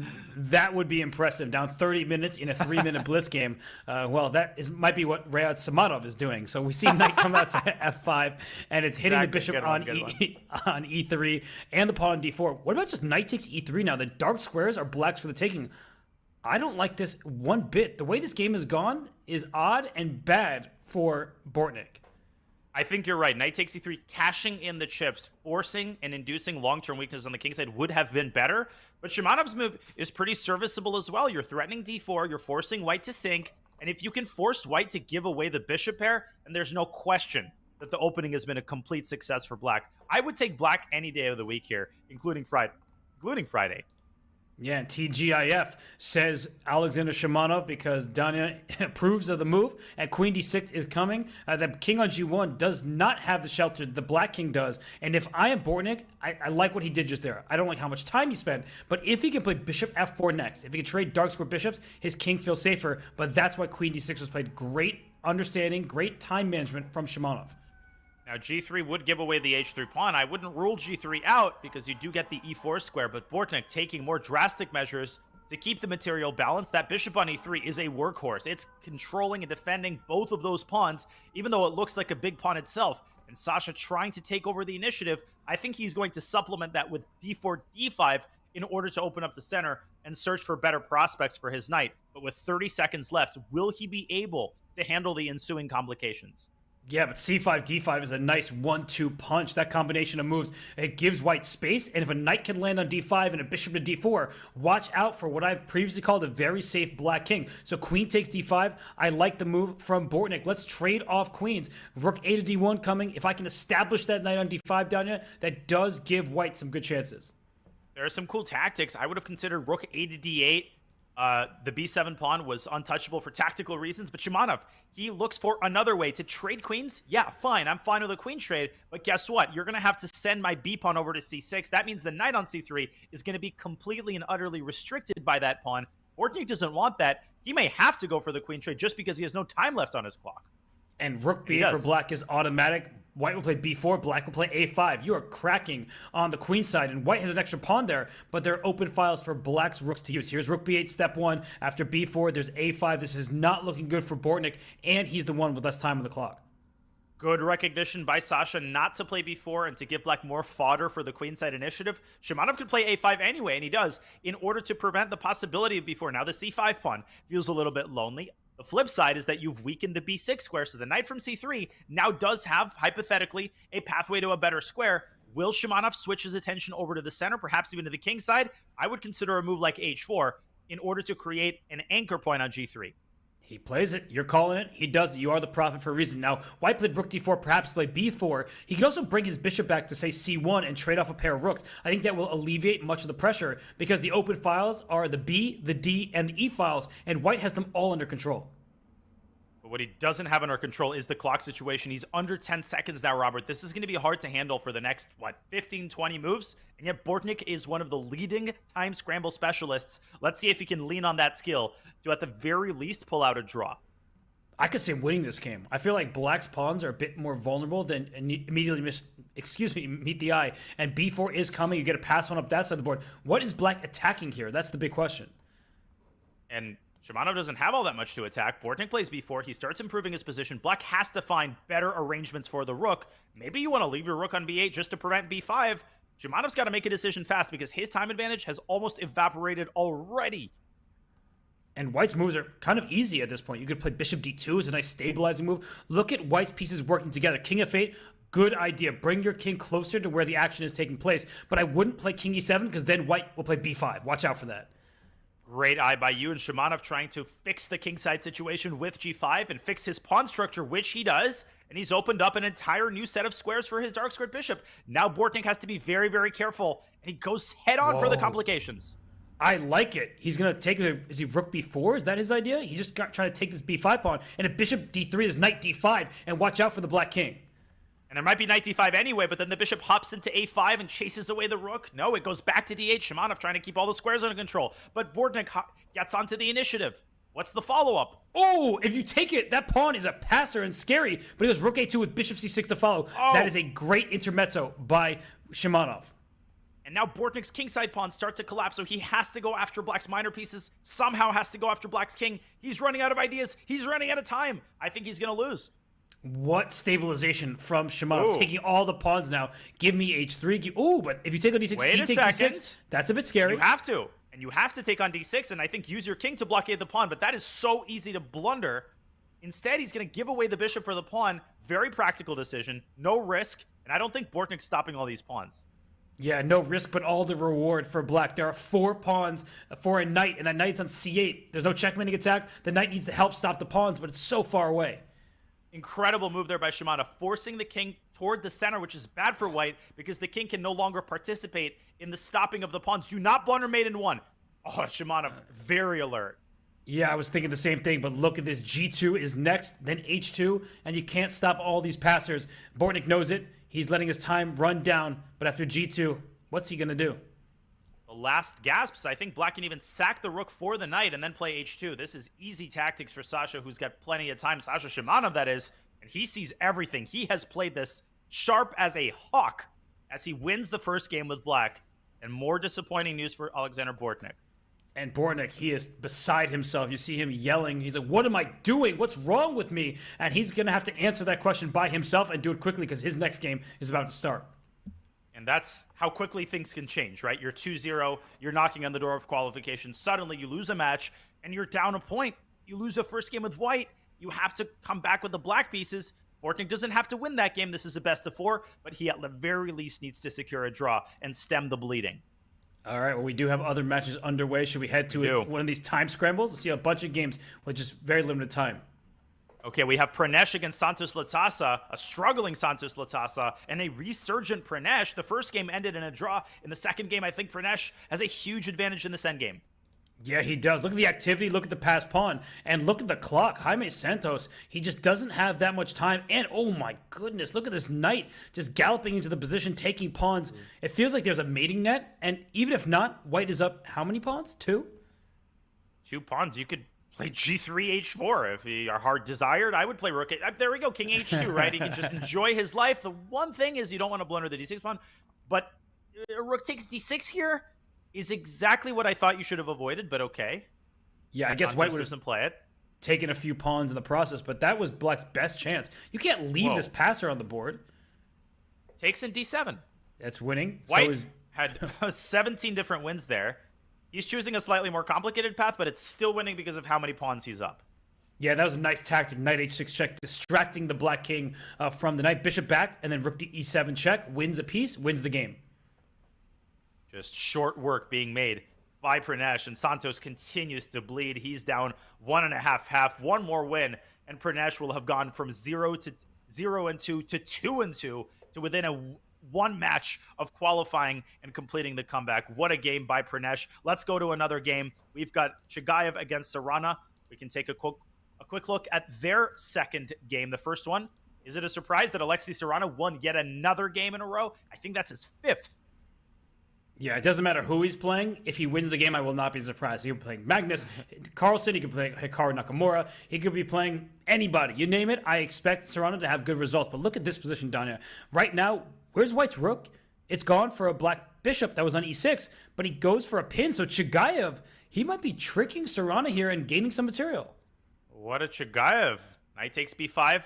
Alexei finds a way to prolong the life of this knight. But White's simply threatening knight back to a3, of course, on top of the more prosaic d3. There's that knight a3 move. Alexei might be losing everything here. But there is knight a5, right? You're trying to remove the pinning piece, and does Black survive this? He has to try it. Black has a minute. White's got 30 seconds. Alexei has to find a way to complicate the game. Knight a5, knight takes c4, knight takes c4. I think the queen can slide on over to f1, and then you can reinforce the pin with d3. Black's going to end up losing that knight. But Robert, it's not the end of the world. And Alexei trying to complicate the game by taking on c3 might be bad objectively, but it's forcing White to think. Yeah, but he takes on c4 very quickly. It's a free piece attacking the queen on e6. And so queen goes to f5. Rook b1 is available. The knight on a3 covers that square. It's easy to forget about, but the knight, it does protect it. And now White has, what, 2 minor pieces for a rook, and Black doesn't even have an extra pawn. But it's complicated. It's complicated. White's pieces are poorly developed on the king side. I think Alexei has made a great practical decision. 15 seconds by Chagayev. He has to consolidate. So far, he's doing a good job. He's opened the diagonal for his bishop. Maybe bring the knight in through b5. But I think there's plenty of chess left to play here, and we know how good Serrano is in these situations. I love that move, g3, just shutting down the bishop, giving the king some luft. The light squares will be available for White's pieces. Just don't hang pieces, right? The rook was hitting the c4 bishop. The pawn d3 was pinned for a moment there. So be very, very careful. Don't play knight b5. Do not pass go. Do not collect $200. Bring your king up. Bring your king up to g2. Avoid any pins, particularly ones that can result in tactics such as queen takes g3 check. Alexei could try queen h3, but that's a little bit too prosaic. Chagayev would see this even with 7 seconds left. Alexei trying to improve his position. He's holding strong for now, but Chagayev starting to encircle him with his minor pieces. You have to watch out for rook takes c4 ideas. Right now, the knight on c2 is defended, but if that queen were ever to leave the e2 square, you get those 2 pieces back for your rook. I do like the way Chagayev is handling this. He has established control. All of his pieces are developed, and now he has no weaknesses. And Black is just making aimless moves. Black is desperately trying to keep as many pieces on the board as possible, hoping against hope for a blunder by Chagayev, who just plays more and more accurately. Another excellent move as the knight jumps into the game, but he blunders the rook! Oh my goodness! In one move! You were saying how accurate he was playing. We were complimenting him, and he hangs the rook. What did we just see? I can't believe it. Alexei smiling incredulously. Both players are like, WTF. Serrano gets a free rook and then hands Chagayev a queen. So what nice guys these two are. They're giving each other material, but that is not the result that Serrano wanted, and it's not the way Chagayev wanted to win. That was ridiculous. You don't see one of these blunders in a row. To have 2 of these blunders in a row in the same game, in a game between 2 players who are known for not blundering, that is a tough pill to swallow for Alexei. But the score is 1-1. He did win the first game, so that match continues. I have flipped on Robert. Bortnick, who has the black pieces here, he's in trouble again against Shimanov. If Sasha wins this game, Shimanov that is, he will be up 2-0, and Bortnick's back will be against the wall. Bortnick is up so much time. I'm not used to seeing that from him. Usually he's the one who has 13 seconds to his opponent's minute and a half. But Black ahead on the clock, White with the better position because the active rook on b7. Objectively, this should be a draw. You could take on c4, put your rook on c8, and just start trading off queenside pawns. But we'll see if Bortnick has ambitions here. Yeah, and Shimanov is just trying to bail out. He's trying to make the draw make sense given the situation in the game. But Bortnick, he went knight d3. He wants to play on for a win, but he might be playing for a loss. If you play f6, there's knight f5, and White is in time to attack. Indeed, and the knight's kind of dancing around the board, trying to find the most reliable, stable square as the white rook delivers a nasty little attack on e7. And now the 7th rank opens, Robert, knight f5, and just because Shimanov has 8 seconds doesn't mean that Bortnick can do just about anything. You could lose this with Black. Yeah, but I think that Shimanov needs to trade off those knights, because if he does not trade off the knights, I could definitely see him losing this. Rook d8, the rook gets to d2, and whose pawns are looser? I think white's are at the moment. Absolutely. You could get some sort of 3-on-2, which would be a nightmare to try to hold with just a couple of seconds on the clock. There's that rook coming into d8. How are you going to defend f6, though? Bortnick might have missed that. Yeah, and I missed it as well. I was the one who's saying he should go for this. Yeah, he can't play a move like knight d7 because the rook will take the knight and there'll be a fork on f6 at the end. And that means that black has probably just blundered a pawn. And he might have blundered more than a pawn, because a6 is hanging, f6 is hanging with check. The knight is flimsy. Another disaster unfolding here for Bortnick, and you can just sense the exasperation all these miles away. Oh, what a move, though. If the knight takes f6, there's knight f3 check, and the rook on e6 is lost. But Shimanov stays alert, and he makes a move that keeps the rook protected, rendering the discover check innocuous. But king f7, rook takes a6, and there's g5, g4. I thought black should go for the attack over here. Like, just bring your king up and start pushing your pawns.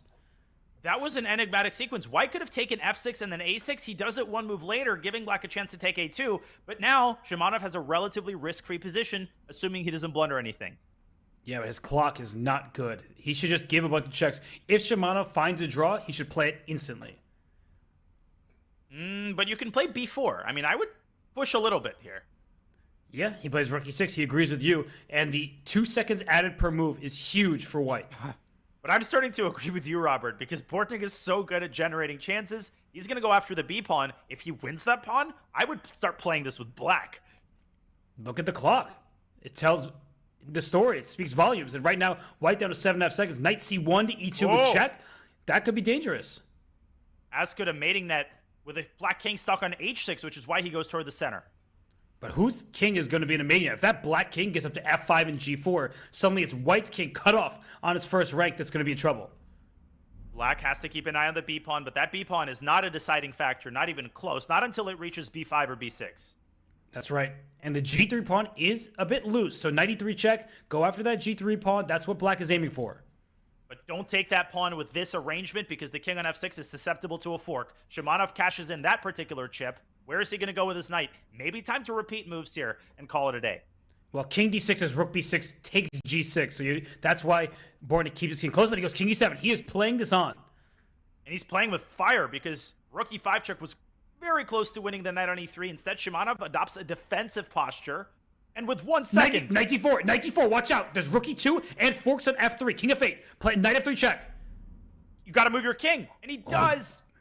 But take on b3. It's even material. It is. 1 second again for Shimanov. He's going to flag. He's barely getting these moves on. Oh, watch out. Cover You have with knight the d2. knight. He didn't knight make d2 it. only move.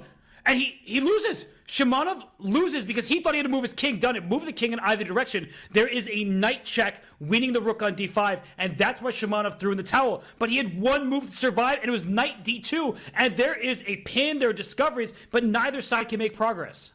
This would still be difficult to play after a winning move such as king f7. Shimanov flags and Bortnick wins, and you called it, Robert. He was playing with fire, was Alexander Shimanov for a long time. What a comeback win for Bortnick. Down a pawn, could have been down 2 pawns. Now the score is tied, and now they're down to a clutch final game.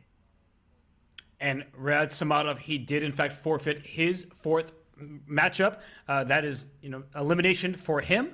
But good news for the player that he was facing off. Alexander Rachmanov goes to 2-2. So Dana, let's get into another game. That was hectic. That is why you need to make the draw when it's available to you. And it did not work out there for Shimanov. And we see Pranesh. He is doing so well since losing his first 2 matches. He is indeed, but the last game didn't go quite as well. He wins the second game against Latasa. He loses the third. Santos comes back and ties it at 1.5 apiece. This is the decisive game, Robert. And I was thinking they were playing with a different time control, but no, that's just how quickly they made the first 15 or so moves. White is 3 minutes and 15 seconds. This is well-known theory. This is a line of the Taimanov where white is up a pawn, but black is a very, very solid minor piece arrangement. But I think this is good for classical chess when you have enough time. For everyone who may be unfamiliar, classical chess is when you start with over an hour on your clock. You have plenty of time to work through your moves. Here, with just 3 minutes with the 2 seconds added per move for the entire game, that's when you struggle. You think, how do I get my material back? White is up a clean pawn on the queen side, and knight g4 was a step in the wrong direction according to the evaluation bar. It's a risky move because it leaves Black's pieces to fend for themselves on the queen side. There's the case in point. The pawn on b7 is hanging. How is Black going to defend it? Robert, a classic problem in this line is that rook c7 always runs into knight d5. And Santos might be in serious trouble once again. I think he is in serious trouble. Yeah, when a knight plants on d5, you don't want to take it. That will undouble white's pawns. Even if it costs white a pawn, you get a passer of your own. That would not... Oh, and rook b8, what a passive choice. e3 is hanging down here. Do we have to spend time defending it, or can we just go with knight d5 like you said? There's our answer. Knight d5 is played. Pranesh not wasting a single extra second. The one problem is that after e takes d5, knight takes d3, there is this weird fourth threat on c4, which may preclude the possibility of d6. I feel like Pranesh... I was thinking Pranesh might have been banking on that. He's got to be careful.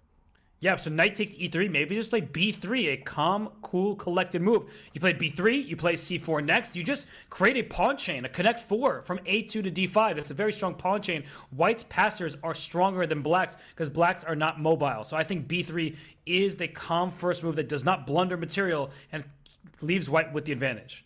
Similar type of move, but this might have been less accurate. Why is it less accurate? Does it allow knight c4? Then the rook drops back to b4.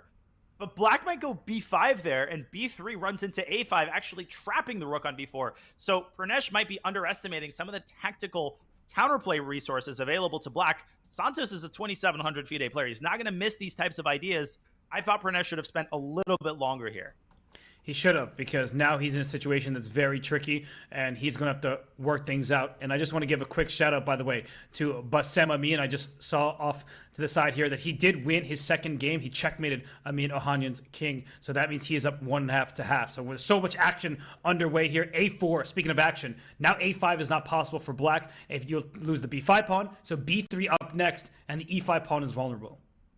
It is indeed.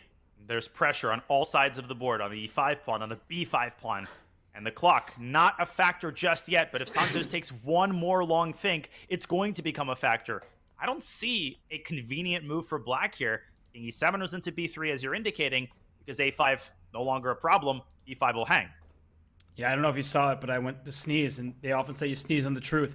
And what you're saying is the truth, that this position, Black is kind of hanging on by a thread. He makes an inaccuracy, and here comes the queenside pawns. But a great move by Santos, forcing White's pawns to break up. The problem is that there's still a lot of passed pawns. They're still dangerous, even if they're not connected. And White's also up a ton of time. Nearly 50 seconds up on the clock is Pranesh. And, well, he can activate his rook from e2 over to 8. As soon as I'm saying it, he plays it. This is really dangerous for Black. Should be Pranesh H for Pranesh Hess. But b6, can Santos keep these pawns at bay? Where does he want to keep this rook? Maybe bring it up to b7. The downside is that you're walking into rook a7. Rook a7 could be coming anyway. That knight on d6, its days could be numbered because the rook can swing over to d7. Robert, this could be total collapse here for Santos Lataza. His pawns they're not just not fast enough, he's got no counterplay with these pawns. But he's going for the center. He wants to push e4 and then maybe a rook c2 check. He wants to shut down the light square bishop. But you could see the look on Jaime Santos' face. He seems nervous. Whoa, he blundered his rook! Blunder! Oh, full rook blunder. Look at him. He can't believe it. He's holding his face. He lost on the spot.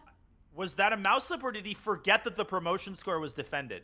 I think he forgot the promotion score is defended, and that is heartbreak for Pranesh because with a loss in this game, he is eliminated from the OES, and what a shame because he played such a nice match, such a nice game to that point. I can't believe what we just saw. First, it was the Serrana game, but this is heartbreaking on a whole nother level. Rook to d7, Robert, and he would have been well on his way. He would have tied his score in this tournament 2-2. He would have been one match away from completing an unbelievable comeback, one that I potentially predicted. It was not meant to be. Yeah, what a shame. That was a one-move blunder. I don't think it was a mouse slip. It could have been, though. Either way, it was a loss for Pranesh. He's going to throw in the towel soon. And Jaime Santos, he gets to stay in this event. He has barely made it on, and he will be at 2-2. One match to go. He could make his way to Singapore as well. But Jaime will have to step up his game because this level is not going to fly against whoever he's going to play in the final round. He will have to show the kind of chess that made him 2670 FIDE. He will have to show his A game in order to be the next person to qualify. In the meantime, we have another endgame in this critical affair between Bortnick and Shimanov. A correction from what I said earlier, this is only their third game, so this is not yet a decisive game. The winner of this game will have 2 points. To win the match, you need 2.5. What do you make of this position with 30 seconds on the clock for both players? Well, I was just looking at another game, and I'll answer your question in a second, but Wen had blundered a checkmate against Sokolovsky. So when he was up in the match, he had the match pretty much in the bag. He blundered a checkmate, allows Sokolovsky to remain in it. But in this game here, what's going on? White's attacking the e6 pawn. Black is attacking h3 and just took on e4. How many pawns are being threatened? And how many pawns are still on the board? I'm just counting the material. I think Black is up a pawn on the king side, but the e6 pawn is hanging. He's also down 20 seconds on the clock. The knight is pinned. The king travels to its initial square in order to support the minor pieces. Will we see a repetition of moves here? Knowing Bortnick, he might play rook c7 to b7 and take on b5. It may be a losing decision, but it's one where it allows him to play for win. He goes for it, and he is up on time, and that is why he's happy to do this. Great call. Bortnick wants to win this game. He wants to qualify, but Shimanov, he played well in the time scramble in the previous game. Eventually, he blundered, but this position is a little bit easier to play. His pieces are more active. He has to keep White's knight at bay. Yes, but there's also a mating net around the white king. Knight coming into f3, rook d1. That could mate the king if you are not careful. And now Bortnick's the one down on time. And knight f3, anybody? And he wasn't careful, but Shimanov goes materialistic. Not sure I like rook takes h3. Gives White's knight a chance to get active, but e3 would undermine the support of the knight. e3 is a great move, but he plays knight takes g4 instead. Now the knight comes to e4. Black is up a pawn, but I say this time and time again, it's not about quantity, it's about quality. White's passer is the easiest to push. Rook b8 check, pawn to b5, pawn to b6. The white rook is helping that pawn go up the board.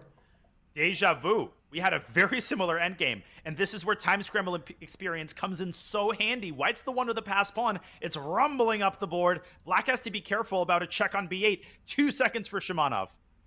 He goes h5, but he's not even paying attention to the queen side. Bishop c7, then b6. All of White's pieces are defending that b6 square. He can go b6 and b7, and watch out. That pawn is 1 square away from promotion. And rook takes f8 is sort of a threat that probably would lead to a draw. b8 queen, if Black can get to that last pawn on f2, it's a draw. If Bortnick can win all 3 of Black's pawns, then he's going to win, and he trades the knights.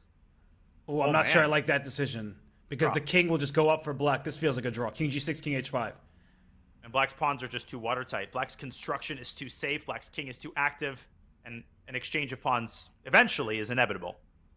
Don't rush g4 and g3, though. That might be a mistake. So instead, he starts with king h5. You need it as well, because if you push your pawns too soon and White gets to keep the f-pawn, White may win that game. And the king goes up to g4. King can just shuffle between h5 and g4 until the moment when White plays f3. Then and only then, as you're saying, Black pushes g4. He finds this moment to push. That's also good enough. He's going to play f3 and g3. Yes, king h2, g3 check, and bishop takes g3 is what Bortnick will play and try to win this king and pawn in game. And that is why Shimanov backtracks with his king. g3 was still a draw, but no need to play with fire. He can just tread water until the bishop leaves that diagonal, which it just did. And now g3 is a draw. Yes, king g2, and then h6 g. Do not take the pawn on g3. Then Black would get a queen, but all the pieces are coming with the board. This is a draw. 1f, 1f. 1 game to go, Danya. And Alexei Serrano, we congratulate him because he drew that final game with Chigayev. He won the 3rd game, recovering from his queen blunder, and he qualifies to Singapore. We called it, Robert. He was 1-1. An unimpressive day yesterday. Alexei Serrano doesn't have 2 unimpressive days in a row, just about ever. No, he does not. And congratulations to Alexei, such a strong player who's been the Champions Chess Tour and most of the biggest events in the online circuit. He's also the reigning European champion. So why don't we take a look, Danya, perhaps at the Bassem Amin game against Amin Ohanian. I see Bassem is down under 10 seconds. Bassem playing his vintage King's Indian attack, but it misfired just a little bit. He's down in exchange. He's not moving. He's going to flag. No, he did just move the queen to a4, it looks like. Yep, the moves are coming in here. Apologize for that. Yep. And watch out for bishop a5. Sneaky threat. And bishop takes f3. That bishop on c3 is not defended. Bishop takes f3 and knight takes g3. Could be some crazy tactics here. White's dropping some minor pieces. Yeah, rook takes d4. The e5 knight is loose. Then f3 is loose behind it. So you could take probably with either piece on d4, but e5 will be captured and f3 is next. That's basically game over. White has to part ways with another minor piece. He's already down in exchange. He's going to be down a full rook. He can try knight takes g6. That ain't going to help. Rook takes f3. Black's king is perfectly safe, White's position is resignable, and Hakyan will have tied the match at 1.5 apiece. We're going to have some critical game for us here, Robert. Buckle in. Oh, I'm buckled. And international master in name only is Amin Ohanian. He would like to join his 2 fellow Armenians going to Singapore. Book tickets for 3 people, not just 2, is what he's saying. He wins the game, and Bassem Amin now down to game 4, 1.5 between the Egyptian superstar and the Armenian international master, the upstart. He's trying to make an upset happen.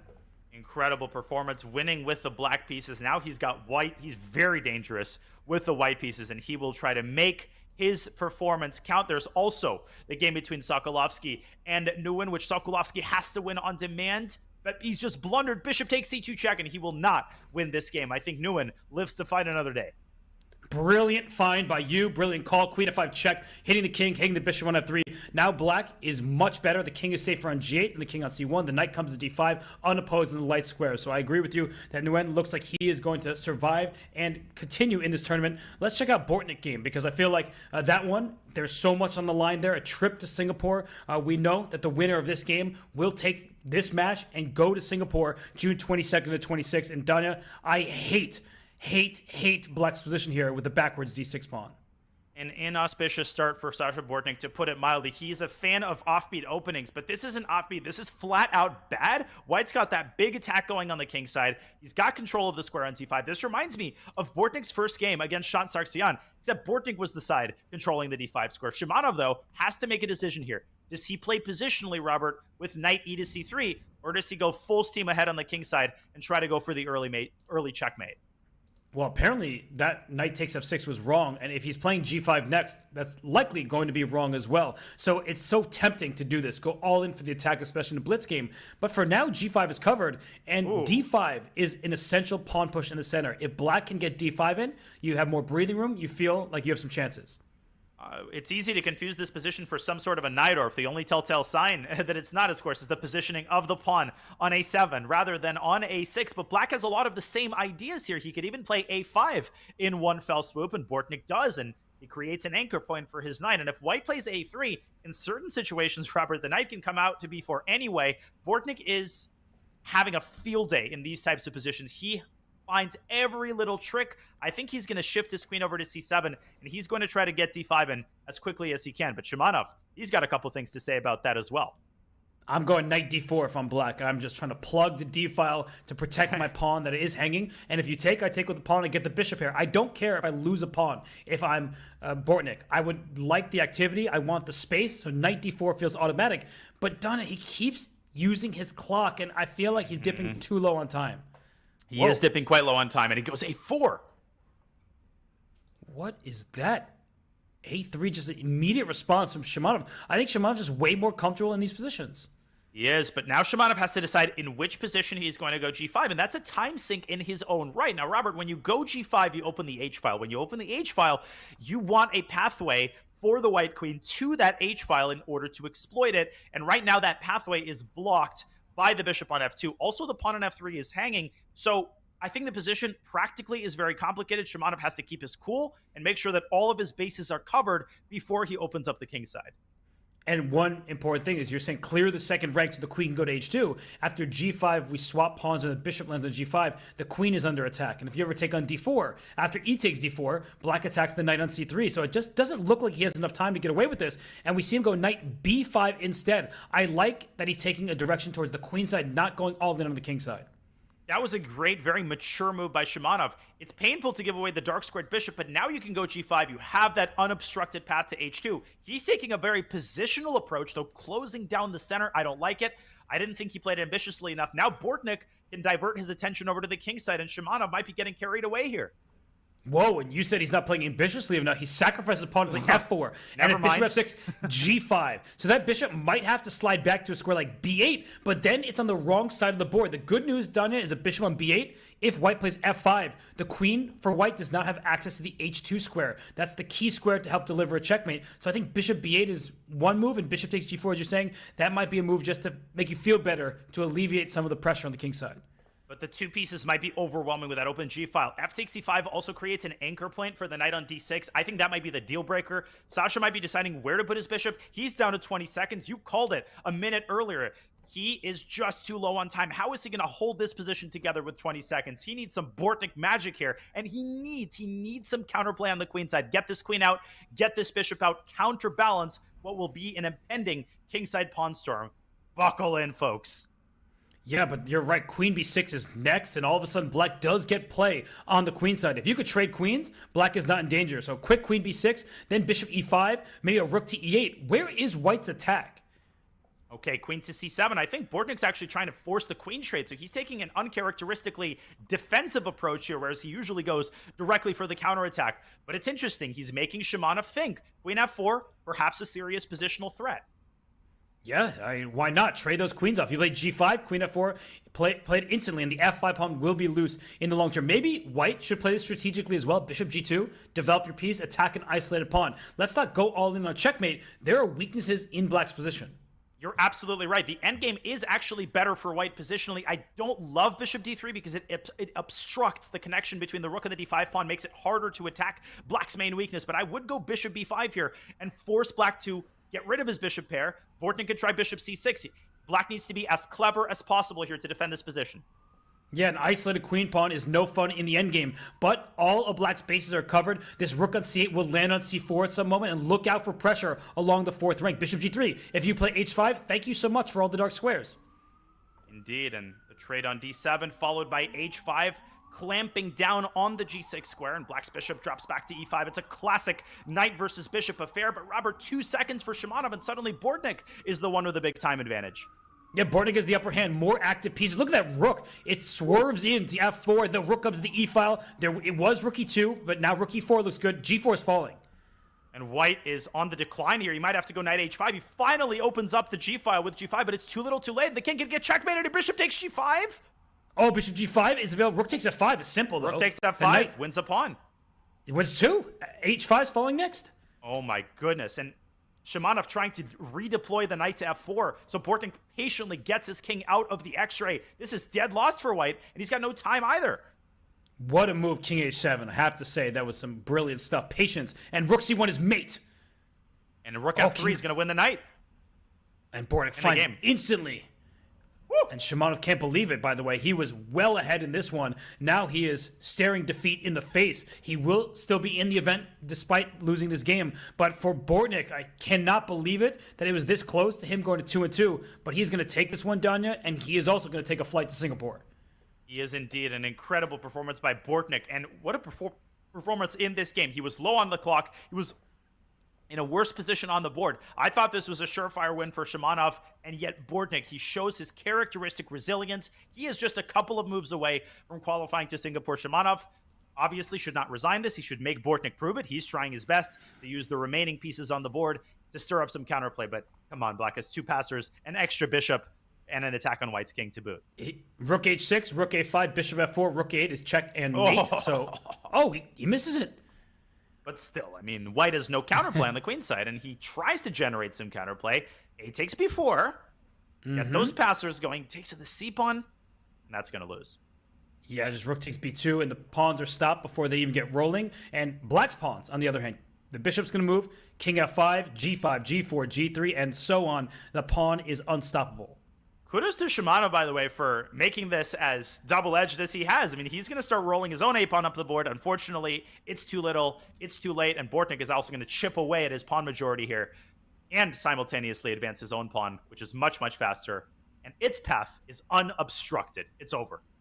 Yeah, this is promoting with check. That pawn cannot be stopped. That's just one check. The king goes to h7. And after this, I think we do see Shimanov throwing the towel. And that means Oleksandr Bortnick is going to Singapore. The Ukrainian star on the online chess scene. He punches his ticket. It wasn't easy. He was on the brink of losing this match. But Danya, he got it done when he needed to.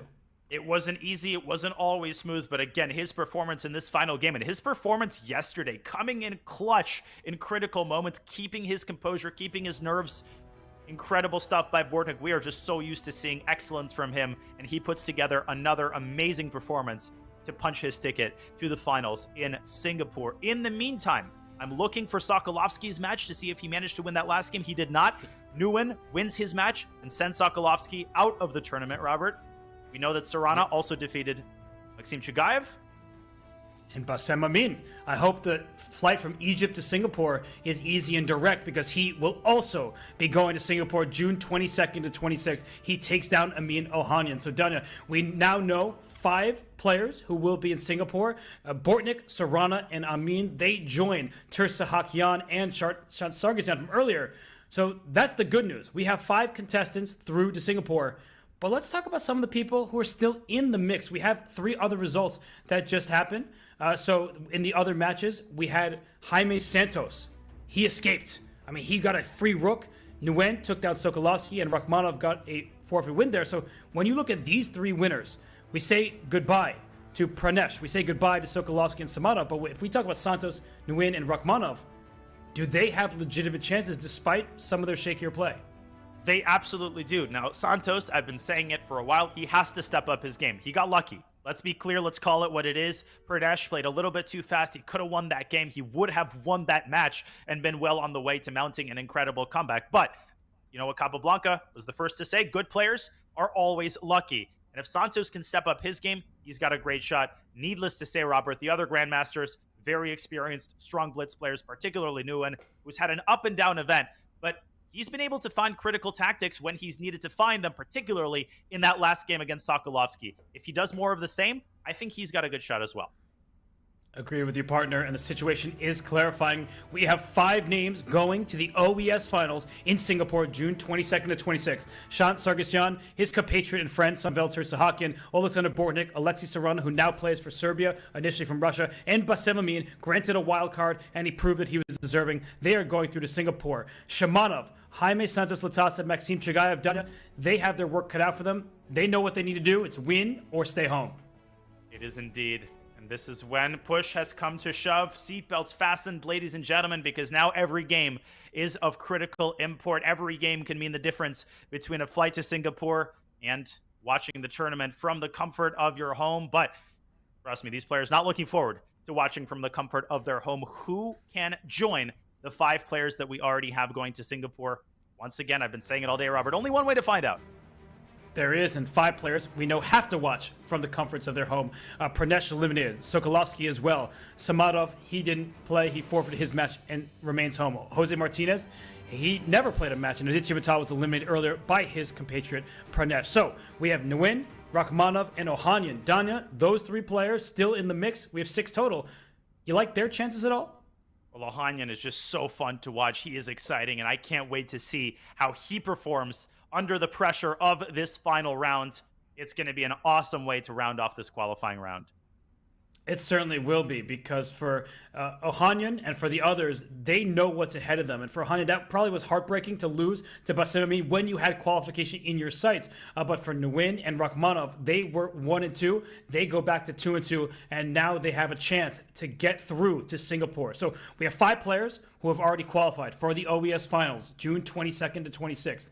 We have 5 players who were eliminated. They are not going to be able to qualify. It's unfortunate, but that is what competition is all about. And we have 6 people remaining in the field. There's only 1 round to go. We are going to go on break, but you do not go anywhere, because when we get back, 6 players, 3 matches, 3 people going to Singapore to join the 5. We'll be right back from the OES Preliminaries.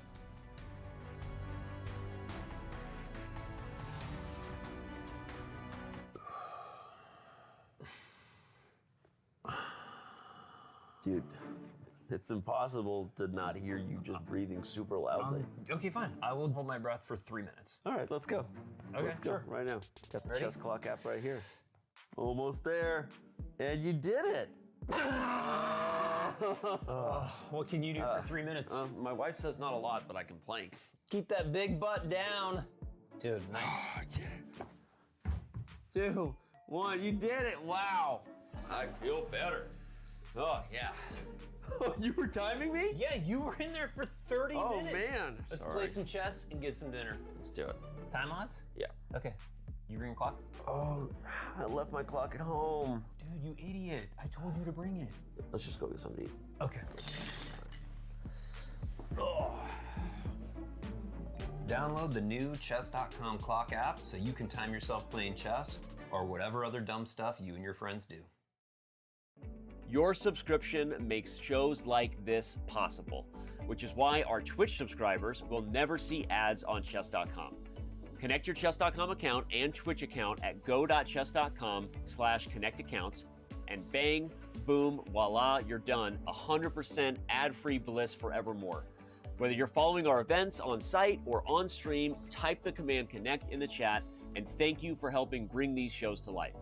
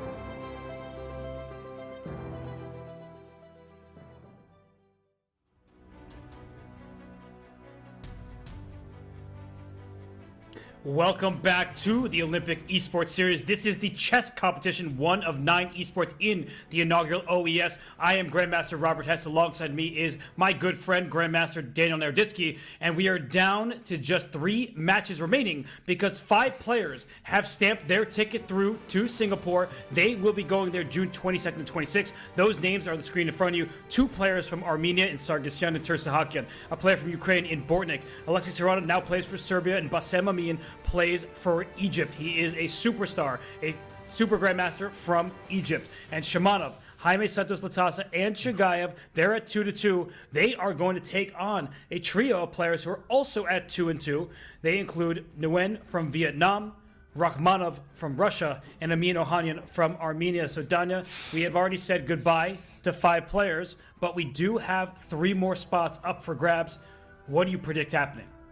Indeed, we do, and I'm just excited to see Amin Ohanian because for these non-GMs, it's a double whammy in a good way, right? They're playing to gain experience against top players, but hey, they're not just playing to say that they played a bunch of GMs. They're playing to qualify. I want to see how Amin handles these nerves, because this is a big opportunity for him. And for the mainstay, more experienced GMs like Nguyen, you're expecting excellence, but they are just as susceptible to nerves, Robert, as anybody else.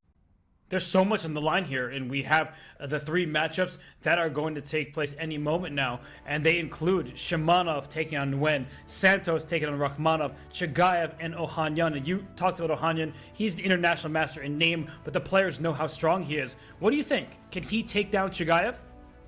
I think he can. I think getting off to a good start is going to be important, although he has shown himself capable of recovering from a win. Santos Rakhmonov, that's an incredibly evenly matched matchup. I also think that match is going to depend largely on the result of the first game. We might see some Armageddons this round. Okay, well, you're talking about the format. Let's remind everybody of what it's been, what it looks like, and what it will continue to be here in the 5th and final round of this preliminary stage. The matches are best of 4 games. The time control is 3 minutes with a 2 seconds added per move, an increment. And Blitz Chess is fun, but it's stressful. 2.5 points takes the match. If not, we get Armageddon. And it's likely at this stage to get to 2-2 to see Armageddon down here. It's extremely likely because, again, the players who are 2-2 are more likely to be evenly matched. They've shown approximately the same level in this tournament, and so it adds up. It makes sense that at least one of these matchups is going to go to Armageddon, but so far, we've had an Armageddon-free day. It's been pretty interesting. Maybe that'll continue as well. No way to predict. Only one way to find out. Seatbelts are fastened and mandatory, Robert, and we're about to get started on this final round.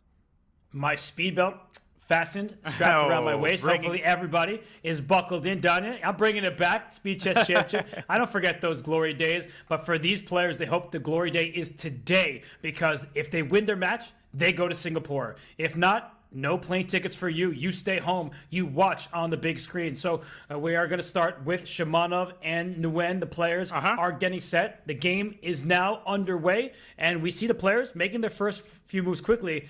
Nguyen, a little bit behind on the clock, but it's very early in this game.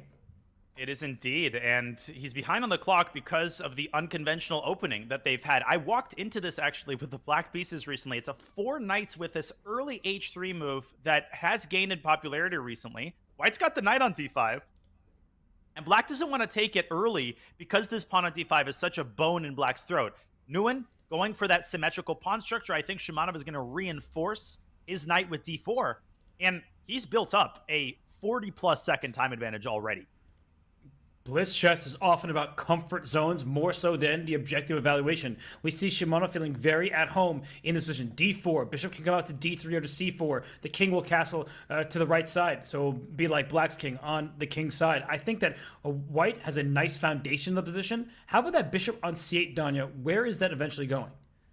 Well, big question is whether black goes d6 or, as is sometimes customary, b6. I don't think black has time for b6 here, given how undefended and how flimsy that knight is. I think black has to push away white's knight with d6, and he just did, and adopt a largely defensive posture with bishop e6, and maybe later bishop f6, g6, and then re-fianchettoing the bishop. He does it immediately. So I think white's position is a little bit more preferable. He's got that small space advantage. The more deciding factor, Robert, I think in the early going, is the minute extra that Shimanov has on the clock. Yeah, and this bishop on f6 is pretty decently placed. g6, drop it back, fianchetto it, but the dark squares will be vulnerable. I like the move knight h2 here, because the bishop on f6 has nowhere to go. If I can bring my knight up to g4, I may in fact secure the pair of bishops. Absolutely. Shimanov finally investing a little bit of time. All that extra time he's built up, now this is where he expends it to figure out the ideal piece arrangement. And he brings the queen up to c2, hits the pawn on h7, and as we expected, g6 with bishop f5, very likely to follow. We're getting a lot of trades here, and trades usually favor the side who is more cramped. It's black in this case. Yeah, although with the only open file being the e file, you'll trade pieces, but then white will stick a pair of rooks down that line, so black will be on the defensive. I'm with you, though, that trading off some pieces should help alleviate some of the other pressure, but just put a rook on e1, put a rook on e2 afterwards, and hey, you called it. Don't trade pieces when you have more space. Shimanov agrees. And Shimanov's just kind of poking and prodding and trying to cause problems on every move and milk black's clock down. He's semi-threatening, in air quotes, rook fe1. It doesn't win a piece. But if you play bishop e6 incautiously, then d5 could actually win a piece. If you play h6 and g5, Robert, that's, I wouldn't say out of the question, but weakening your kingside like that, especially when you're cramped, not something that you should do without proper consideration. I would consider it, but I don't, ask people to follow my advice. Bishop f5 is much more reasoned.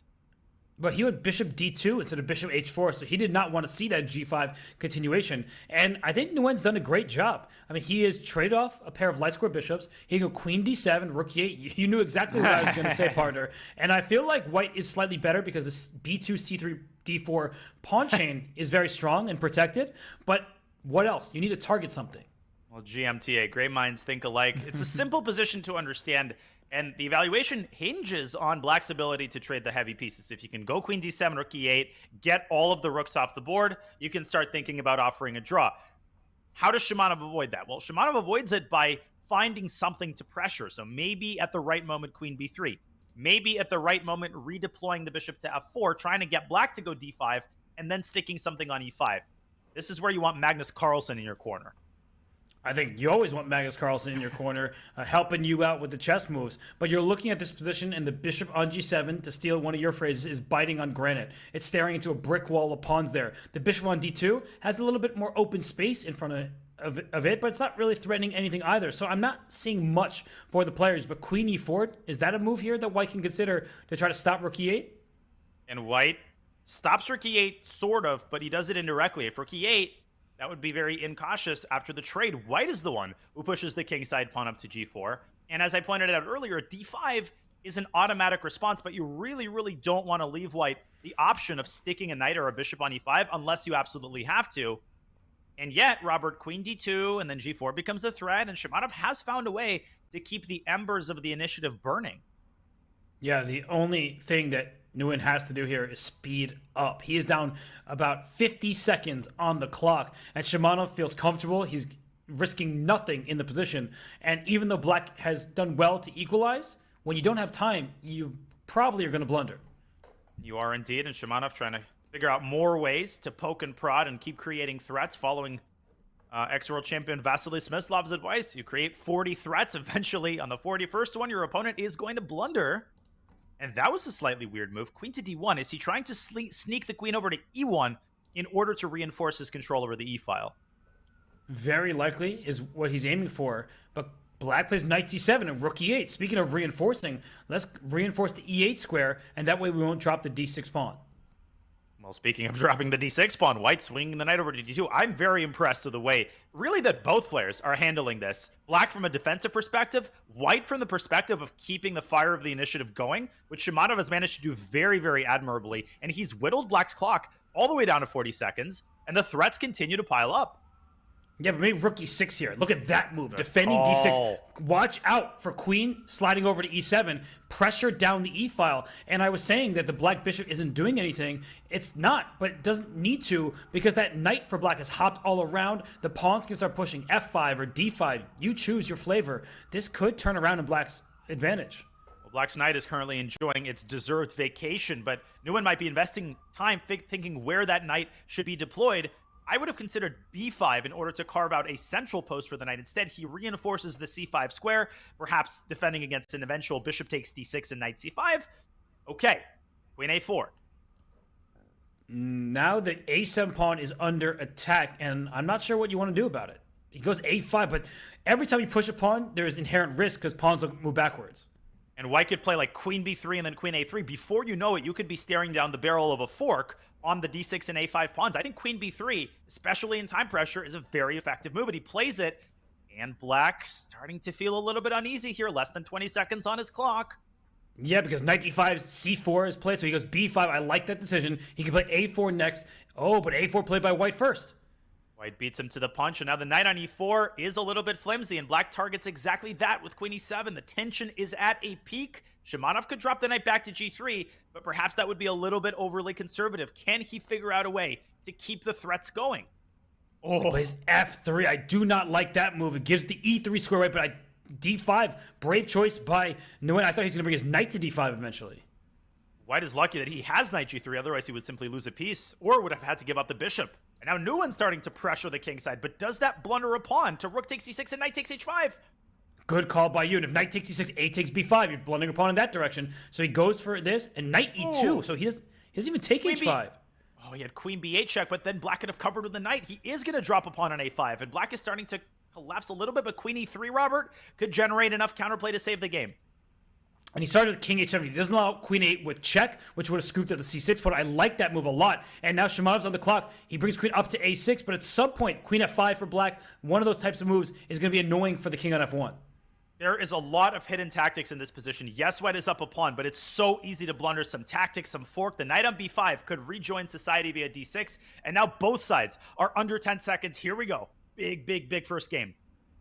No, I know. Wow, queen to a1. He's defending. If queen e3, there's queen c1, pinning and trading the queens off the board. Knight f5. I don't like the direction this is going in for white. Maybe Shimanov should consider f4 to open up the king a little bit, but that would greatly weaken the e4 square. So he goes b3, but is he really going to go c4? That queen can go into h2 if you're not looking out for it. And knight g3 now might be tempting. Take back with the pawn. Trying to force a queen endgame and perhaps a perpetual to follow. 6 seconds for Shimanov. He has to decide whether to keep the ponies on the board. He does keep them on the board. He tries to trade on his own terms, and Nguyen withdraws his knight back to f5, and white infiltrates to e8. Go back to g3. There's only one check on h8, one check on g8. You can't checkmate with a lone queen like this in black's camp. So I think knight g3 is a great call. We might see a repetition, but white is going to try to play on. He goes queen e8 check, maybe bring his queen back to e3, but knight f5, we've seen that position before. Not too much risk, but with 1 second, he takes on g3, and you can lose any position with 2 seconds left. I think the time might have come to bail this out. Yeah, he's going to, because queen b2 is a threat. Queen takes b3 is a free pawn. If you take on c6, queen b2 check leads to immediate draw by repetition if black doesn't even have more. So, yeah, we're going to see a draw right now. And that feels like a fair result. That was nice defense by Nguyen and great try by Shimanov, but didn't quite get enough. That phrase was circling my head as well. A fair result, a high-level game by both players. No reason to be too disappointed if you're Shimanov. I don't think he missed any flagrant wins. I think you just got to tip your hat and say, hey, you defended well. I'm going to try to keep the initiative going in the next game. Speaking of keeping the initiative going, Jaime Santos Latasa benefiting from Pranesh's blunder and exploiting it to the maximum, winning his first game against Alexander Rachmanov. And he strikes first. Wow, it will be amazing if Jaime Santos makes it through to Singapore because he was on the verge of elimination. He was much worse, if not losing, in that end game against Pranesh, but a blunder was to his benefit and fortune. So look at this position. D5 is covered by black's pieces, but I typically like playing with the IQP, the ice and queen pawn in these structures, because as you're pointing out, queen f3 joins the attack on the king side. Black is so passive right now. Passive, cramped, and will have to defend even if objectively black's position is fine, which it normally is in IQP structures. With white, you want to act decisively, and this is where Rachmanov, a couple of times this tournament, I think he hasn't acted decisively enough. Bishop b3 might have been unnecessary. I would have considered the rook lift, but is he gearing up, Robert, for a sack on h6, or is that overambitious? Wow, I mean, I'm thinking about it right now, but there's not enough firepower. Bishop h6 looks tempting, but black will bring the bishop to g5 at the end, as you're indicating. So if there's nothing better than making some other move, I think black has done well to equalize. He has indeed, and now Santos has the option of claiming the bishop pair, but that would involve removing this beautiful knight from d5. Typically, trades favor the side playing against the IQP. The less pieces there are, the less attacking chances there are for the holder of the IQP, and that is exactly the principle that Jaime Santos follows with bishop g5. He has the option of playing with little to no risk. He's already won the game that he's needed to win. He's happy with 3 more draws. Yeah, so white needs to keep peace on the board, and he plays bishop e3, but that's a step in the wrong direction. You could take with the knight on e3. That does help put another pawn towards the center for white, and it just creates a game. So even though black is objectively doing fine, maybe even slightly better, I like the mindset that Rachmanov is playing with. I would have considered keeping the tension with the rook c8, but Jaime trying to force pieces off the board. He brings the other knight over to d5. You're right, the pawn on e3 is now the isolated pawn for all intents and purposes. It's not technically isolated because there is an adjacent pawn, but obviously the pawn from d4 cannot move back to d2 to defend its neighbor. Yeah, so this is a tense battle between Rachmanov. You saw him shake his head. We have their cameras off to the side. He shook his head and was not very pleased about what was happening there. He's on the back foot. He has the white pieces, but his initiative hasn't taken off. And he was unhappy about allowing bishop h4, not because it won an exchange, it didn't, but because the move g3 creates long-lasting and annoying weaknesses on the king side. Even if he eliminates the light squared bishop, still, he's going to have to reckon with his weaknesses for the rest of the game. Also, Robert, if you take on c6, you open up the b file. What's on the b file? A b2 pawn that could be easily targeted by black's heavy pieces. And here comes Rachmanov trying to whip up something resembling play initiative in the center. I like it. And look at this. White's rooks are perfectly placed. Black's rooks are doing nothing. So even though the eval bar is still staying towards the center, what does black do here? d5 looks like a very dangerous threat. And let's not forget about knight takes f7 with bishop takes e6 to follow. Yeah, at least he unbalances the game. And that is the only thing that White can really do right now. But Santos, keeping it calm. Bishop back to e8, preserving his bishop pair. It looks passive. It looks visually unappealing. Perhaps White could even expand his control of the center with c4. But black's position is rock solid. And this is the main appeal of playing against the IQP. No weaknesses yet. But White could still try to pile up on f7. And watch out for tactics. There might be a knight g6 if you're not looking out with bishop takes e6 check to follow, and the rook on f8 is loose. So bishop f6 was played. What about just knight back to g4? You'll have to play bishop to e7. Look at White's pieces down here. All of the firepower is suddenly there. Rachmanov has done a tremendous job fixing the problem of his center pawn weaknesses and then piling up, staring down the barrel of that f7 pawn. Bishop takes c6 was the threat, and so Santos has to defend that pawn laterally with his queen. He simultaneously hits the bishop on b3. Don't fall asleep on black's ideas on the queen side. The a4 pawn might end up hanging in some lines right now. You have to keep this bishop pegged to e8 to protect f7. Yeah, but how do you deal with the pressure on the f-file? You're not touching that f-pawn, are you? Because then e6 is loose and vulnerable. So this is not an easy choice for Jaime. And he goes queen a5, and bishop takes e6 is available. I think he'll spot this. But then rook takes c3. The question is he blunder that move, or is he banking on rook takes c3? I'm struggling to find a satisfactory response. Oh, just bishop Did you f7. see him? No, but did you see him? Jaime jumped back and was like, what am I thinking? What am I doing? So bishop f7 check. You steal a pawn that's in front of the black king. The evaluation bar, Danya, surprisingly, is somewhere near the middle. I mean, it's better for white, but not as much as I would have thought. It's a pawn, and after bishop takes f7, I think black has to respond very accurately, and he did not. I think he just walked into another nasty, nasty maneuver. Knight e5, knight g6 might be game over, or is there something more convincing here? Maybe knight takes h6 and queen d2. I don't know. No, knight e5 is just too strong. And I understand. Oh, knight g6. He just blundered everything? No, you're fine. Just wanted to throw that in there. Yo, look at Jaime. He doesn't want that thrown in there because that just wins an exchange with check, and then the rook on f3 is captured at the end. No, but what you're saying all is true. The tactics were in white's favor, and Jaime, once he overlooked bishop e6, you could see he mentally resigned. And in a blitz game, it's so much harder to retain your composure because you can't take those 2 or 3 minutes, splash some water on your face, and kind of reconceptualize the task that's in front of you. You have to do that in the span of a couple of seconds. Jaime failed in that task. He saw bishop takes c6 the first time, but forgot about it the second time. Great comeback win by Rachmanov. This game is over, and we're going to have a 1-1 score in this very, very evenly matched affair. Bishop g6 check ends the game on the spot. If you take it, queen f5 is mate. And if you go back to the 8th rank, queen f8 is checkmate as well. That is game over. That was a devastating attack. This is an even matchup between Rachmanov and Jaime Santos Latasa. So much on the line as we switch on games. What's going on here, Danya? Black is up a pawn in the endgame. This looks really nice for black with a passed pawn. And Ohanian in trouble in the match. He lost the first game of the black pieces, and he's definitely not going to win in the second game. What a trade. Rook h8, but there's e5 check. That wins an exchange, but it's probably not the way you want to play. I don't know.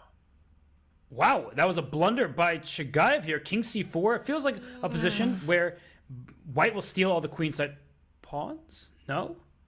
I think black should have preserved those pawns with bishop e7. I don't think there was any need to give it away. He wants bishop h4, but then the rook can try to harass the king from behind. And bishop e3. So he just wants to win the rook for the pawn. If that happens, then black is winning because the a1 square is dark. That's a dark square bishop. That would be a win. But rook g8, rook h8, back and forth, I don't think there's a way to stop this. The bishop can only do one thing. It's good at multitasking. Chagayev is pretty good at losing because he's about to lose this game. He just stepped in front of the pawn. What on earth is he doing? Throwing the game away, unfortunately for him. Oh my gosh. And he loses the pawn, he loses the game. So I think that's what he missed. He was getting fancy, thinking he'll stalemate himself, essentially. But this just loses. I don't want to be that guy, but I think a lot of these GMs, Ohanian, less familiar of a name, he's an IM. He is showing that you cannot allow him these extra tactical opportunities. He's going to see them. He's an amazing bullet player. And for Maxim Chagayev, make the draw with black. Okay, you didn't win the second game. Big deal. Keep the 1-point lead. Now it's basically 0-0. And just like a worse sports team wants to get it to the fourth quarter, Robert, because anything can happen. If you're Ohanian, you wanted to get it into an Armageddon because then things are totally unpredictable. Here, you want to get the rook around to A8 and just take the pawn on A7. But you need to do it at the right time because if the black king is on D7, then you can't take on A7. That would be a draw. So he's trying to figure out how to mobilize his rook. How do you do this? I'm not sure. Maybe go rook E4 back, then bring your king back to the D file and try to get one more file.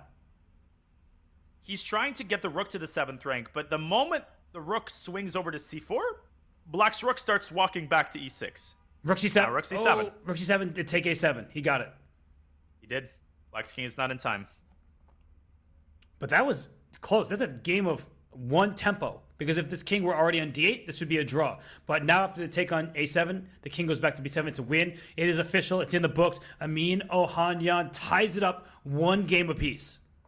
Incredible. What resilience by Ohanian. It all started with E5, won the exchange, and then Chagayev got overambitious, tried to end the match in one fell swoop. Now he's got another match to play. Speaking of playing a match, Nguyen is about to defeat Alexander Shimanov in their second game. The first one ended in a draw. This is all over. He's winning the rook. Yeah, that's a pass pawn that can't be stopped. And unlike in the game we just saw where the pass pawn didn't see its way to a queen, this one is a win for Nguyen. I mean, this would be a huge victory for him. Donna, he's up a full rook. But Shimanov, can he make this tricky with that pass pawn? Well, the biggest problem is that the bishop is guarding the promotion square. So even conceivably, if the pawn reaches B2, it still is going to be lost. It's not going to reach B2 because it's not going to get there. The knight simply cannot do everything at once. It's going to get trapped after rook C6, and the pawn is not even going to reach B2. Good call. Knight B8, rook B6. That knight is trapped. White wins this game, so Nguyen is up 1.5. One more victory, and he gets his ticket to Singapore. And for Shimanov, that would be heartbreaking considering where he started the day.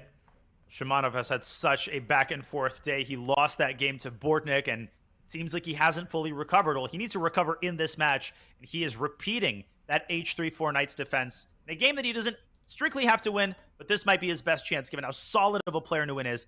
Without further ado, let's go to Alexander Rakhmanov's match, which perhaps is the most evenly matched on paper. Yes, he's taking on Jaime Santos, so it's Spain versus Russia in this matchup, and we see that the knights for black, we pulled that game up, then we'll see that the black knights are hopping about. White seems to have good control on the A file. We'll bring this game up and so you can see I have it up on my other monitor, but here it is. And you see the A6 pawn. It's a cemented weakness. The B4 pawn is stranded as well, but black's knights, they're hopping around and they're doing good work. They are indeed. And white kind of massaging some of these key dark squares on the queen side. I'm getting Dingley and Nepomniachtchi vibes from that pawn on A5 and its counterpart on A6. But obviously, white has weaknesses of his own, right? The E4 square. And white has advanced these kingside pawns, which would be great if the queens were on the board. But with the queens off the board, feels like white is a little bit airy on the queen side. I'm with you. And, you know, the move bishop B5 right now looks very pleasant for black. You like to say trade pieces when you have less space. Black is a bit cramped. So the rooks on A7 and on A8, they're staring into its own pawn. That's a defensive posture. If you get rid of the light square bishop, now at least one of the rooks can scoot out of the corner. Indeed it can, and white's king scoots out of the corner, and up to F4 it goes, and controlling some key center squares and chiseling his way into black's position, knifing his way through the dark squares, but that king is not going to get very far. And in fact, Robert, it can very well be susceptible, even with the queens off the board, to certain tactics later on, obviously, with, knight d4, e5, g5. You have to be careful. You have to keep an eye on that. Yeah, knight c6 played, going after the d4 pawn. As you mentioned, f6 and g5 or e5 at some moment. Of course, f6 not available to black just yet because the e6 pawn is targeted. But what is white's idea? I see a bunch of moves. You could play king e3, you could make some other moves.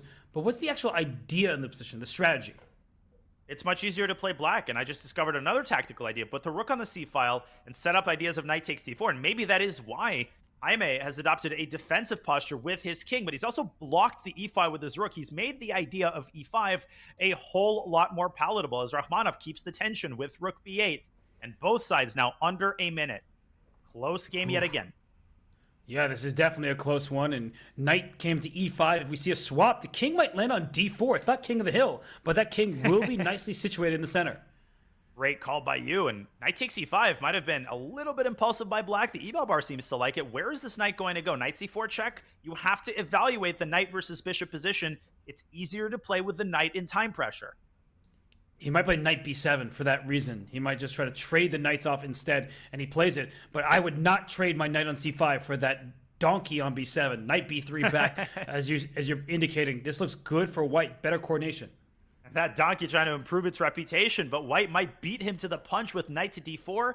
Now knight c6, can you get away with that with 13 seconds? It has to be calculated, and I'm really worried for Rakhmonov's clock as he tries to trade on his own terms. At Robert, this knight on d8 is now a major problem. It can't move out because of the fork, and a rook trade is coming. And black can't throw anything on the queen side. Like rook c3, even if b4 weren't hanging, the knight on d4 covers the b3 pawn. The c2 square under white's stone. Knight c2 will be available at some moment, and what is going on here? You can't play rook c2 because of swap at knight c6. Black is hanging by a single thread. He has to keep the b pawn alive. He has to prevent white from infiltrating down the c-file. If he can do both of those things, he holds his position together. Obviously, also has to avoid losing on time as he tries to deploy his knight to c5. But has he allowed, once again, the move rook a4? Well, rook a4, possibly. Also, f5 has to be considered. Ooh. Let's just crash through and attack the black king side. Opening the second front can be a great thing to do when your opponent has seconds on the clock. He's got to start calculating these tactics. The e6 pawn is on the verge of collapse. And a little bit too passive for Santos. What is he doing? He's King giving D2 up is a the waste a5 of time. Yeah, but he wants to put black in an awkward setup, right? If you take on b4 now, the knight goes to c5. There is some ideas to push f5 in the near future. Rook b6 and pawn to f5. So black has activity. That's the good news, but he doesn't have time. I still think white's position is easier to play. I agree. The rook can also move out of the way and set the stage for b4. Black is on the verge of collapse here. Rakhmonov has to be perfect, and b4 might send black over the edge. Yeah, he plays it, and the knight can only opt to a4. That does drop the a6 pawn, and at best, black will not lose material because of knight c3, but trading pieces does not help. Oh, knight e6 coming, f5. Ooh, What? very positional. Do you like Wait, it? why? Not at all. I mean, it still may be winning because black seems trapped. Oh, he saw knight d8. Never mind. I take it all back. He saw the finish line. He's going to play knight d8 and win f7. Oh, he hasn't yet, but he's seen a move on the other side of the board, and he will drop the king back, hitting the rook simultaneously. The pawn is going to decide the game. B6 or ba. Rook a6. A little bit strange in his conversion, but it will be enough to do the job. B7? Just don't play b8. Kick the knight out of d7. Black's knight has been a problem all game long. And that's that. Rook d8. If the knight moves, the pawn promotes. If the knight doesn't move, it's lost. And this position is, in fact, lost for black. Rakhmonov, he loses game 3. And now Jaime Santos is one draw away from Singapore. Indeed, he is. And Maxim Chigayev, he finds himself in a dogfight. Let's switch over to his game against Ohanian, who has just pushed his pawn up to c6. A move disapproved of by the eval bar. A clearly better position for the Russian Grandmaster, and 30 extra seconds on the clock. Can he deliver a crucial win in game 3? Black has no time. Rook b3, aiming at the b7 pawn. Play rook b8 quickly, but it just feels like black's position is on the verge of collapsing. And Chigayev, he's angry. He is playing with a chip on his shoulder. That knight can hop into f5 with check. Then you could push d5. He needs a couple more accurate moves, but Ohanian is so tricky in these time pressure situations. Can he pull another rabbit out of the hat? One of the biggest problems is it looks like every move wins for white, and then you might make a move that doesn't. And queen f7, what's the idea? DC, there's knight takes b6. And if you drop the rook back, Robert, there's c takes d5, and the integrity of white's pawn structure is damaged. Black can start bringing his pieces into the game, and this could turn around in the span of a couple seconds. Although he does have... Whoa, Ugh. bishop takes c5, free pawn. Oh, look at this. H-file. He wants activity. He says, I can't just sit on the position. Yeah, no, this is... top. It's a good idea. You know, he just tries to block his loss, but it's not going to help. H takes g5 here. The black king is the only one in danger. And d6 coming forward is the pawn. d7's coming. This is over. Yeah, d7, knight a7, you could take it even. Okay, give me a new queen, and then knight e7 check at the end. Give me a rook. e4 is protected by the white rook, and so he can take the rook on c8, and he wins the game. And Ohanian in another must-win situation. That would force Armageddon. All Chigayev needs is a draw. Wow, this action is intense. And by the way, Nguyen is up 2-1 on Shimanov. So that means a draw for Nguyen with the white pieces in this game is all that he needs. And Daniel, I feel like this isn't the type of opening you want from the black side in a must-win game. And Shimanov has shown consistency in his opening choices. He played this type of structure against Bortnick, but you're absolutely right. White is rock solid. And notice that Nguyen, he castled short. A lot of people wouldn't do that because of the pawn on h4. But Robert, this isn't really a weakness. It can be defended with g3. It can be defended with bishop g3. With Black's pawn structure as structurally unsound as it is, I don't see Nguyen losing this game. Yeah, bishop h6 will be very tempting. Just trade off all the pieces, and Black's pawn structure is worse. So knight comes to d5. I like bishop h6. I don't see the downside with that move, but eventually Black is going to need to strike somewhere, and where is that somewhere to your eyes? Well, I don't see it. Queen to d6. For now, he's kind of treading water and making surface-level improvements to his position, which you have to do. With Black, you have to avoid a mass trade along the e-file. If all 4 rooks disappear, that's basically a dead draw. Maybe put a rook on d8, put the other rook on e8. In certain situations, you can look for c5. At some point, Robert, you're going to have to take a huge risk. You have nothing to lose. b3, not a move I like because it just weakens your pawn structure. I see why he did it. The a2 pawn was loose in some variations, but he might play c4. That pawn will be reinforced. Then d4 will be loose. So he starts with knight e7. He is being preemptive. No c4 for you. And White could drive the knight up to f4. Black could actually do the same with the knight f5. Preemptively, White could also play g3. I still think Nguyen is super solid. I think White's position is a little bit preferable, but if you play c4 prematurely, then d4 becomes a weakness. Black can easily target that with rook a8, and so Nguyen, taking a more measured approach, brings his last tower into the game. Yeah, and I'm just looking around the horn quickly to see what's happening in the other games. The side that needs wins have good position, so it's just a fascinating final round battle here. This is the last game of the match for these players, unless the player down 2-1. If they win, we see Armageddon. So in this game, the knight goes back to c2. Danya, I just feel like there's no poking and prodding that Black can do. Sure, now b3 is under threat, but is it time for c4? I think it was time for c4, and instead he tries to defend tactically with knight e3. Bishop b3 will be met with rook to b1, picking up the b6 pawn. Your point is well taken, though, Robert. c4, definitely a positional threat now, and let's not pretend that White doesn't have winning chances there. If you're Nguyen, you don't just want to play this for a draw. You want to draw this or win this from a position of confidence. Yes, you don't just want to shuffle back and forth because that's how you misplay it. You cannot play with results-oriented thinking. You have to calculate, evaluate every single turn. And Shimanov now has dropped under a minute. Danya, I'm not liking his chances here, down 20-plus seconds and without any clear breakthroughs. No, he hasn't made any headway whatsoever. He's made reverse progress on the clock, down 30 seconds, as you said. Knight d5 would be the move. I think you would play in a classical game. Unfortunately for him, that would lead to a trade of minor pieces, reducing his winning chances almost to 0, and they're already reduced almost to 0. He needs a miracle. And I don't know where it's going to come from because his time is ticking. He is down under 30 seconds. He can't find a plan, and there just isn't one in the position. He's probably frustrated, but Nguyen is holding steady, no issues whatsoever. Less than 20 seconds for Shimanov. He just doesn't see a move. It's not like he's stalling on purpose. He doesn't know what to do, and now his position is getting worse. d5 is coming, and Nguyen is in total control on the board and on the clock.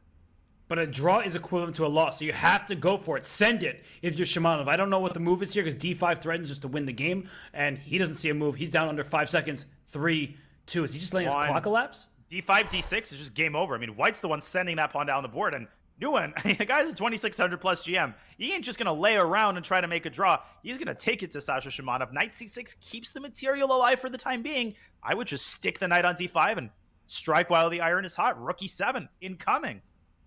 Yeah, and Nguyen, by the time he was a teenager, he was 2,500 plus FIDE. So he was a superstar at an early age, and he's taking no risk. Knight e5, knight takes f6 will be available in some of those positions, or rook c8 first. But actually, that could be a blunder. Knight f6 is knight f3 check. was a very sloppy move by Nguyen. Rook c1 allowed Black to do what he wanted to do anyway, which is to put a rook on c8. Now a trade of one pair of rooks would favor Black. It would discharge a lot of the tension. And guess what? That pawn on d6 was the pride of White's position a millisecond ago. Now it's become a serious liability, and Just give Shimanov a second. He needs a second. Maybe the 2 seconds added per move will be helpful for him. Bishop e2, step in the wrong direction. That d6 pawn is vulnerable. And bishop e6 would open up a discovered attack on that pawn. He plays it, apparently not the right square. What is available here? Rook d1, perhaps? Just protect the knight, because d6 can't be captured. What a move. d6 can't be captured because you lose f6. With 1 second, he takes the knight. I still am very, very pessimistic here. With 4 seconds, how on earth is he going to win this position? Bishop b5 seems to seal the deal. Just get behind your passed pawn. Queen d2, perhaps. Queen d4 as well. And then just go d7 next. Things also looking pretty good for Jaime Santos Latasa. All he needs is a draw to qualify and knock Rakhmanov off. We'll get to that game in a second. Wait a second. Rook c8 creates counterplay against White's king. And 20 seconds now for the Vietnamese Grandmaster.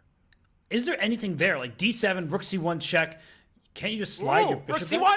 Rook c1 anyway. He wins the pawn on d6.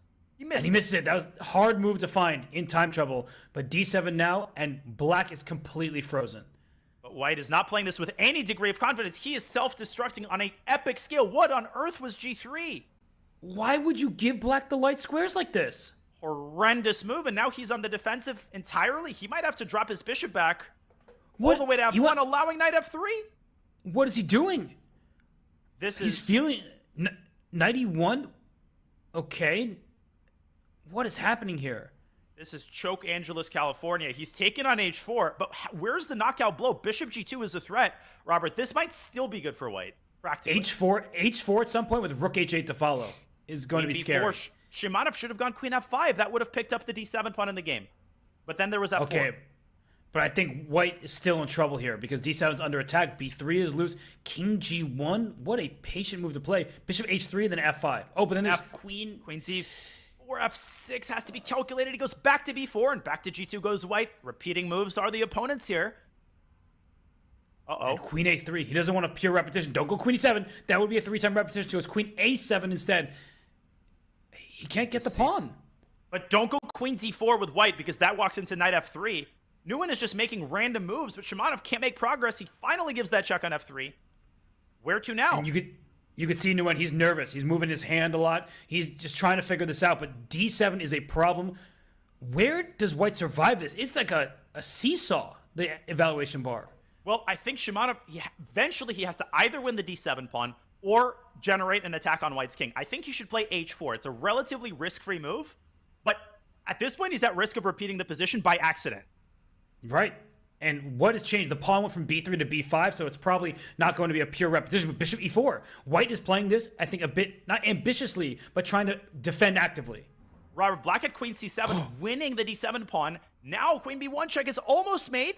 White blocks with the queen. And if rook d2, there might even be rook takes d7 in some of these positions. They're repeating again. Shimanov has to refrain from it, and he does with queen b4, but queen d2 again offering the queen trade. Where is black's queen going to seek shelter? Bishop f1, perhaps? It goes queen d4, queen c1, queen d1 again. Oh my gosh. Wow. b6 is hanging. Back to c7. Rook d6. He's going after the b pawn. But Shimanov going for the f3 square. But that's okay. It's just one check. And now if the queen's come off the board, d7 will fall. But White has his outside pass pawn, and the king is safe. I think black's got pretty decent chances here. Got to try to activate the rook with rook to d1 or rook to d2 and stick the rook behind the passer. I think black might win this. Oh my goodness. And meanwhile, by the way, Amino Hanin up in exchange, but for a pawn that looks like it's closer to a draw, he needs to win that game. And Jaime Santos Latasa, who's up 2-1, he is losing. Bishop e2, and Nguyen holding by a thread right now. He is holding, though. As long as he keeps the b5 pawn alive, so do his drawing chances stay alive. King f1 to g2. Play on a yo-yo string, why don't you? Covering all the squares. The bishop on e2 dominates the knight on e5. White has an extra pawn on the b file. Black has 2 extra pawns on the king side. Down perhaps it's time for those pawns to get rolling. You have to start rolling those pawns. And it's the same conceptual situation, Robert, as with the queens on the board. Shimanov shuffling back and forth. Not enough time to figure out a clear path forward. But process of elimination. You have to play g5. He is trying to provoke b6. Nguyen's obviously not going to bite. He's going to keep this pawn on a square where it can be protected by the bishop. And Alexander Rakhmanov beats Jaime Santos Latasa, sending that one to Armageddon. We will, of course, watch that when it occurs. But right now, we are locked into this game where that knight, it is strong on e5 square. But look at Nguyen. I feel like he's done extremely well to not allow black any way to the b5 pawn. The Game goes on and on and on, and White has kept over 10 seconds on his clock, but he keeps allowing this knight to get active. Rook takes b5 there, would have won a second pawn. Oh no, missing the fork. There's all sorts of tactics here.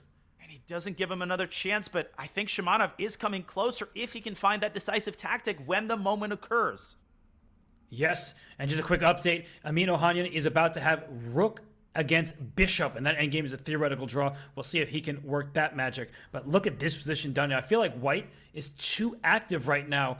Rook c8, is that available? It is indeed, and the rook comes back to b4. How many times has Shimanov played the move rook b2 to b4? He has to make something off of his pressure. Send the pawns forward. Do something. He drops the knight back. Up and down goes the eval bar. Yeah, king d6. That rook on b7 does not have many moves, so he goes over to a7, a little bit more real estate for him there. Where's H4. the black knight going? Yeah, Nowhere. H4 might I be would it. play h4. I think this is as good of an opportunity as you'll get. I think Shimanov is trying to set up some sort of a fork, some sort of an optimal situation for the pawn push. He had that optimal situation to the rook on b4. Careful now. Careful now. That's why I like h4 even more, Danya, because when you play it, you know you're not getting 3-time repetition. f7 is hanging. Do you take it? He does. But so is b5. And then it might have f4, forcing a drawn rook endgame. With 1 second, he takes it. Oh, and I sneezed on the truth again. That pawn, oh, f4, what a move. Recognizing that the pawn down rook endgame would be a draw. He wants to go after the g6 pawn, bring that king up. The black king could be in danger. Black's winning chances are starting to evaporate. The knight is terrible in close quarters. It has to find a way to hit this pawn on g3. But right now, Black could just get checkmated on the back ranks, and White swinging his rook over to g8, setting up a potential perpetual along g7 and g8. And it's there. Rook g7, rook g8. It's unstoppable. King f6, rook f7 is mate. Wow. And what a way for Nguyen to go to Singapore. He was on the verge of defeat in this game, but this is a draw. Incredible save. It shouldn't have happened in the first place. He was in charge. He got nervous. He made some mistakes. He shakes his head, but what incredible defensive resilience. He avoids an Armageddon and sends Alexander Shimanov home. This is the action that we signed up for, Robert. And you can see how much it means to him. He won 2 matches in a row to stave off elimination. And now we know that he will go to Singapore. He will join the others who have already qualified. But we do have one match that is still going down. Amin Ohanian against Maxim Chagayev. They're still playing rook against bishop. And that game is, down to move 94. should be a draw if we can pull that one up. But yes, this is the way to do it. Bishop h7 to g8, back and forth. Unfortunately for Amin, it's not one of those endgames like rook and bishop versus rook where you have many winning attempts as long as the defending side knows the mechanism, which is to put the king on the opposite square color of the bishop. So if you have a light squared bishop, you bring the king to one of the dark square corners. That's it. Because of the threat of stalemate, you just shuffle the bishop back and forth. Make sure that you don't blunder it. And White is not a single chance here. If there were one more rank available, then a move like rook a8 would be good because the king would be pushed back to the 9th rank. Doesn't exist, though. The boundaries are there. And look at this. If you ever give a check, the king escapes to f7. So Maxim Chagayev, it looks like he is making his way to Singapore unless he somehow blunders a bishop. And they've already been playing this, I think, for well over 30 moves, maybe even closer to 50. So he's a couple of moves away from holding a very confident draw. He's got enough time here to avoid anything crazy happening. As long as he stays away from opposition, he's good. Yeah, you got to feel for Amin Ohanian because he has given it his all in the OES, in the Olympic Esports Series. He wanted to make it to Singapore June 22nd to 26th. It's not happening. Maxim Chagayev playing perfect defense at this stage. Just move your bishop, throw it back to h7. It looks like a stalemate is the worst that will happen to Black. And there it is. It's official. They made 50 moves. Amin did everything he could as he leans back in disappointment. Listen, you hold your head up high if you're Amin. You went this far as an international master. You're going to get your chances. You have a bright career ahead of you. He gave all these GMs everything they could ask for and more. Just wasn't quite enough in those critical moments. Yeah, congratulations to Maxim Chagayev for joining the others. But there is one spot that remains up for grabs because Jaime Santos Latasa in his match, he couldn't get that draw in the 4th and final game. He takes on Alexander Rachmanov. That will be going to Armageddon. So let's remind everybody of what we just saw, how 2 players have joined the 5 that had previously qualified. for Singapore. So we mentioned that Nguyen, he took it against Shimanov. We saw Chigaev just win against Ohanian. And so those two, tickets stamped, passports in check, going to Singapore. But Santos and Rakhmonov, Danya, that one is up for grabs. That match has been a dogfight really from move one, and we didn't get a chance to watch the final game because we were enthralled by the action in Shimanov Nguyen. But it was a topsy-turvy affair. Ultimately, Rakhmonov got the better of Santos in tactical affair. Santos has been very, very shaky in tactics. This Armageddon can go either way. These players are evenly matched in classical chess as well. Both of them solid career 2600s. Let's see who prevails. Yeah, it's a big question. Two players initially made their way through by winning all three of their matches. Some who lost the match along the way were able to join them, so it went from 2 to 5, and it should be 8, but we're at 7 because we have Armageddon remaining. So let's let everybody in on the secret that is Armageddon. It may be unfamiliar to some, but very known at this point. The players bid time for the right to choose color. The lower bid wins and starts with that time. For example, if Danya bids the full 5 minutes and I bid 4 minutes and 30 seconds, I get 4 minutes and 30 seconds and I will take the black pieces. The black pieces get draw odds. What does that mean? If white wins, they move on. If the game does not end in a victory for white, if it's a draw or black wins, black gets to go to Singapore. So that is what is going to happen. The table is set. Danya, Armageddon with bidding, it's all the rage these days for the fans, for the commentators, but for the players, how do you know how much time to bid? Well, first of all, don't treat this like a rapid game, right? We're used to Armageddon bidding in a 15-minute context, and there you can really go pretty extreme. You can bid 11 minutes, 12 minutes if you really want to be black. Here, don't bid 2.5 minutes because you think that black has the favorable draw odds. You want to bid something reasonable. We've seen mostly bids between 4 minutes and 15 seconds to 4 minutes and 30 seconds. If you want to be white, don't be afraid to bid 5 minutes. So I think we're going to see 4:30, 4:20. I don't think the players generally have a clear preference. The crucial thing to avoid is a situation where you're down 2 minutes on the clock to start the game, because that is basically an insurmountable lead in a blitz game.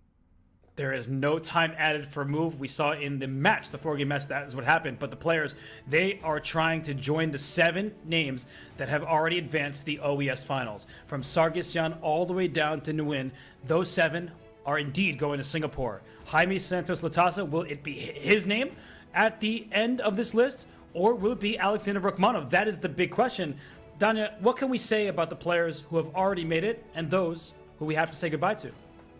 Well, some names we are not surprised to see at the very top, right? Alexis Serrano, Alexander Bortnick. But some names we are surprised to see at the bottom. I will point out that Jose Martinez unfortunately forfeited his matches. He did not lose 3 out of 3 matches. For Alexander Shimanov, it is a massive disappointment. If memory serves me right, he was 2-0, Robert. And this tells us that, no, this last match win is incredibly difficult.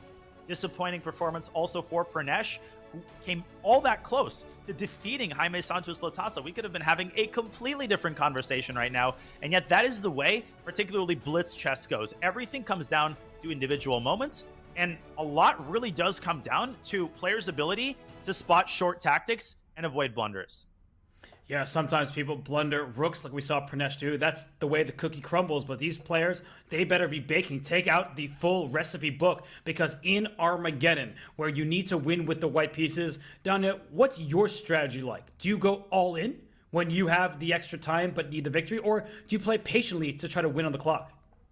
I think you play patiently. I think you don't forget that this is Armageddon, especially if you're playing white. Right, because you cannot afford a draw. Draw is literally tantamount to a loss. So you avoid any positions you think you don't have realistic winning chances in. One of the things most often overlooked, Robert, in the context of an Armageddon match, there is a big asterisk to what I just said, which is that if you're up on time, let's say you have a minute, your opponent has 20 seconds, and you can go into a situation with rook and 3 against rook and 3 on the same side. Do it. Do it because you know that you can flag your opponent. Don't be afraid to steer the game in a direction where you know that at the end of the day, you might reach a theoretical draw, but you have plenty of moves to flag your opponent. If you're on the defending side, don't let yourself get down to that situation. Neither Santos nor Rakhmonov, particularly good bullet players. They're decent, obviously, don't get me wrong, but they want to err on the side of playing quicker in the opening rather than more slowly. Well, the bids aren't in. We know who will have white, and how much time the player with black pieces and draw odds will have. So Rachmanov bid 4 minutes and 44 seconds. Jaime Santos bid 4 minutes and 30 seconds. That means Jaime Santos gets black. He gets 4 minutes and 30 seconds. So he has a time deficit, but he has the benefit of draw odds. So the game is going to get underway any second now. We know that Rachmanov, with the white pieces, he's very dangerous, but this is draw odds. And Jaime Santos couldn't get it done in game 4 of the match. Can he get it done in Armageddon? Don't be obsessed with maintaining your lead on the clock. If you're Alexander Rachmanov, it's much more important to keep winning chances on the board. So that has to be your top priority. But if you can keep that lead on the clock throughout the middle game, that puts additional pressure on your opponent. We have an Imzo Indian here, a very old school line, Robert, which both players are clearly familiar with. Yeah, they're blitzing out the opening, and you need to do that if you're a Jaime, because you started with 30 seconds down on the clock, and this is general strategy. Look at this. White has the pair of bishops, but black has more activity. The bishop on b2, is that a bishop? Is it a tall pawn? That remains to be seen, but black is trying to take advantage of the light squares on the queen side. This could be an issue for Rachmanov if he doesn't find a plan. And an issue for black is the prospects for his own light squared bishop, which he is trying to deploy right now to b7. Of course, the downside of b6 is that you're giving white's bishop prospects on the long diagonal, but generally trades favor black here, because with every trade, the weaknesses of these light squares that you pointed out on the queen side are further accentuated. I like this position for Santos from the perspective that it's pretty easy to play. Yeah, and I'm just quickly looking that Jaime Santos is 2767 on Bullet on Chess.com. And for Rachmanov, he's 2730. They don't play all that much. They're not super experienced. And so that means it's a toss-up in a scramble. But F4, speaking of tossing things up, let's push those pawns up the board. Starting to look really nice for white from an aggressive perspective. But from a positional perspective, I'm still worried about these light squares, particularly the idea of bishop b4, which would further accentuate all of those light square weaknesses in the center and on the queen side. From that perspective, I'm considering a prophylactic move like queen c2. But I know Rachmanov must be chomping at the bit here to go for the attack. He does play queen c2, and he keeps the tension. His time advantage is completely evaporated. Yeah, no, this pawn going up to c4, we could get a hanging pawn structure. And, well, you talk about time evaporating. Those pawns could evaporate. When pawns are hanging, it means the black pieces can attack them, and the pawns have difficulty defending one another. So e takes d4 seems to me like the move. And what's black's follow-up now? That's a good question. I think we can finally call this light squared bishop an actual bishop, especially, and this is standard fare, white could push d5 even if it means a pawn sacrifice. These bishops staring very menacingly down the barrel of the king side, and so Santos puts a knight in the bishop's way.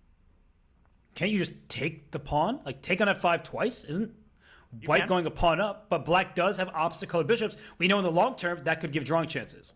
And not just that, but after the e6 pawn disappears, Robert, the prospect of d4, d5 could be incredibly dangerous. But don't play d5 immediately because you walk into the fork. I would play queen takes f5, snap that pawn up, then try to get d5 in. This could get really dire for Jaime. Yeah, but Jaime will have the light squares under his control. So he plays his bishop to e4. His queen could go to b7. And if white ever goes d5, then black has b5 to undermine the pawn structure. So b5 might, right now, could also be a move, Danya. But the point is that black is seizing control of the light squares, and that bishop on b2 isn't open just yet. But when it does get open, that is going to be difficult for black to meet. And d5 has an additional threat of knight e5 to c6. Not only does that hit the rook, it opens up an attack on the f6 knight, which is defended by the pawn. But the last thing you want is to compromise your kingside pawn structure with white's queen circling black's king like a pack of hornets. And let's see what Jaime decides here. He's probably choosing between a more drastic approach like b5 and a more measured one. He chooses the more measured approach, but he doesn't defend against d5. I'm Rachmanov. I'm playing that quickly. I'm keeping my extra 30 seconds and my threat of knight c6.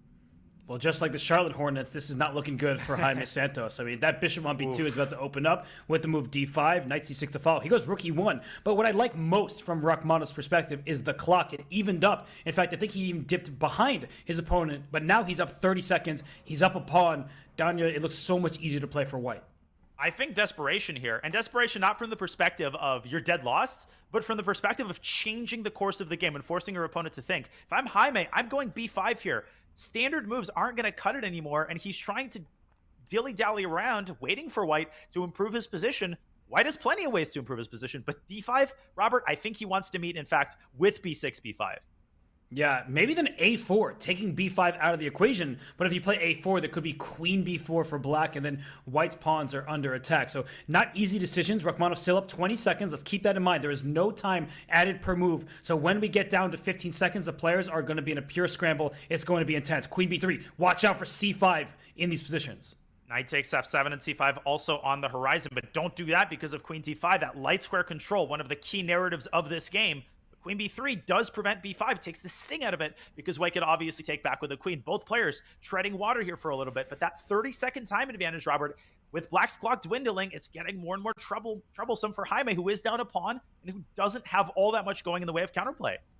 And at some point, the objective evaluation will stop mattering, and that's when Jaime dips down under, say, 30 seconds. He still has a minute and 15 seconds before that happens. But look at Rachmanov's clock, 2:26 to 1:39. Tick, tick. Wow! What a move. I was just ticking down. But he says, let's explode the position. If queen takes, bishop g2, rook b8 to follow, as you're pointing out. What an idea. That's sick. This is 2700 chess. This is what got Jaime Santos Latasa the spot of one of Spain's most talented juniors. And Rachmanov, he takes a drastic measure to avoid that. He takes the second extra pawn, but he gives black a complete monopoly over the key squares in the center. This is actually not clear at all. I mean, white's in the driver's seat, but black's position has gotten a lot easier to play in the last couple of moves. Yeah, the good news for Rachmanov is he's doing take, but he's never giving. He is up 2 pawns right now. And look at this. That knight is entrenched on e5. a6 is a good move. The bishop on b2 is loose back there. But even if black takes one of the pawns, look at the time difference. Donna, you're the king of bullet and blitz. That's a lot of extra time for white. And what I mentioned before the game, thank you, partner, what I mentioned before the game, if you're Rachmanov, don't be afraid to trade queens, even at the cost of 1 pawn. If you can keep that 30-second time advantage and get Jaime below a minute, I would be even considering a move like bishop c5, trade b5, go rook e2, and start milking the clock. But that's where the bullet inexperience could really make this game super unpredictable. But that was a nice move, because that knight moves, knight d7 forks the queen and the rook. There's a lot to consider. So even if objectively black is holding on here, look at the clock. Tick, tick, tick, tick, tick, down to 1 minute and 5 seconds. I'm not Chris Berman, but I know a clock going down when I see it. Oh, you do indeed. And Jaime Santos Latasa's clock is down below a minute. We have exactly a nightmare scenario. White is up a pawn. White can play this for 800 years and beyond. White can play this until Earth is destroyed by an asteroid. And Rachmanov, the only thing he has to avoid, Robert, don't blunder the d4 pawn. Don't give black unnecessary activity. I would put the rook on e2, the king on f2, and start milking. Yeah, I see some questions. You talk about the f-pawn. Is it good or bad? Now it's great. There is an endgame. You would like to push the pawn back to f3 for white. That would be ideal to close down the bishop on e4, but it's too late for that. And black's double f-pawns, they can't really be targeted too many times because the knight and rook aren't coordinating. And as you're indicating, black can play f5 at the right moment to cement that bishop to create an outpost there. But look at the clock, Danya. 25 extra seconds for white.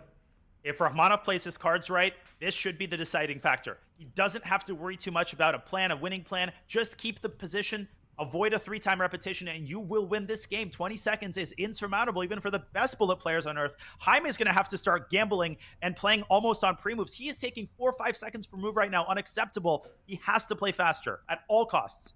But here comes the d-pawn.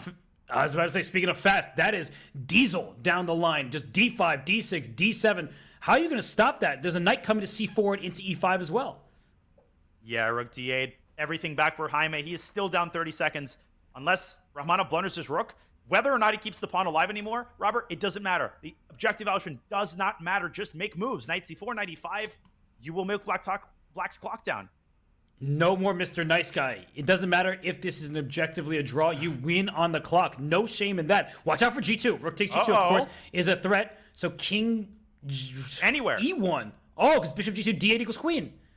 Beautiful. And he forces Jaime to take another 2 seconds off his clock. I would just go knight d6. Whatever you do, do not give away your time advantage. Don't let this descend into madness. And Rachmanov is doing a great job of it. He is keeping that time advantage. And with 12 seconds, it's over. Yeah, great move, because the king and pawn game is probably winning for white as well. And so king h2, no rook trades, no easy decision. You can just make any move. He is going to win on the clock. As long as you don't blunder your rook and you see the eval bar rising, it does not matter. With 14 extra seconds, Jaime has to start pre-moving. Yeah, he's not.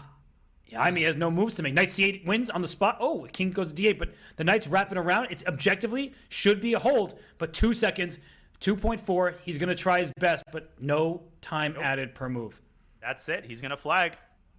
And that is just Armageddon chess, right? That's a normal part of the process. And Rakhmonov, beautiful technique in the end game.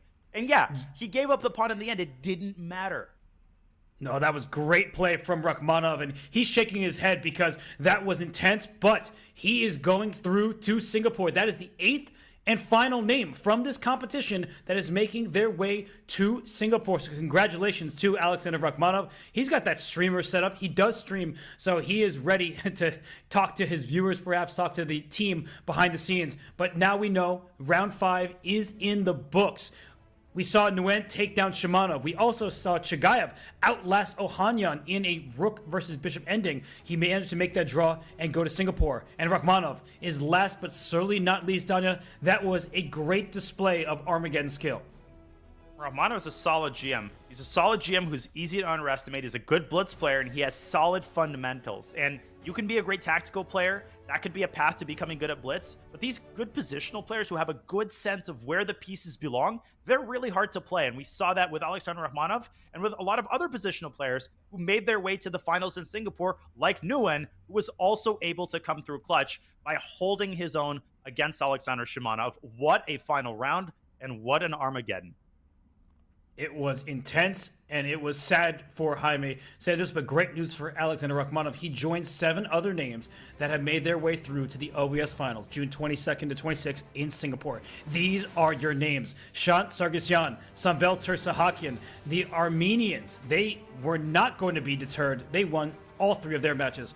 Bortnick, Sarana, Bassem Amin joined them next. 3 match wins, only 1 loss for Bortnick. It started off shakily for Sarana and Bassem. They won their 2 matches today. And Chagayev, Nguyen, and finally Rakhmonov, they joined the party. Danya, who impressed you the most? Well, I'm looking at those names. Obviously, the players who got 3-0, they didn't lose a single match. The Armenians, they were amazing. Alexander Bortnick. But honestly, the players who were able to outlast their opponents, the players who were able to demonstrate the best nerves, that always impresses me because I know how easy it is to choke these important games. I'm talking Nguyen, I'm talking Alexander Rakhmonov, of course. And even some of the players who didn't make it, like Ohanian, they comported themselves really, really well. Obviously, you had Pranesh. We had disappointments in this tournament, but that's the way it goes. That's the way the cookie crumbles, as one co-commentator once put it. And it's crumbled in the favor of Armenian players, and we'll see how it crumbles in Singapore. Yeah, and well, with those 8 names that are going through, we see 8 more that will not. All 8 of these names have not qualified for the OES Finals in Singapore. But for Shimanov, it was probably the worst day imaginable. He was 2 match wins, 0 losses after yesterday's action. He lost all 3 today. So, Donna, we feel for him. And which other player had the best opportunity to make it through? Well, Pranesh was essentially 1 move away. He put his rook on c7 rather than d7. That could have been the difference between, one player going to Singapore and the other. And that honestly is the mesmerizing thing about chess, is the way in which everything, when all is said and done, doesn't come down to grand narratives and this player is better than the other player. We talked about this from the very beginning. We could ignore titles, throw it in the trash, because experience level is much more important. It's all about the moves played. And oftentimes, it's all about individual moments, individual seconds, and individual neurons firing and misfiring to send some players into the finals and other players back home.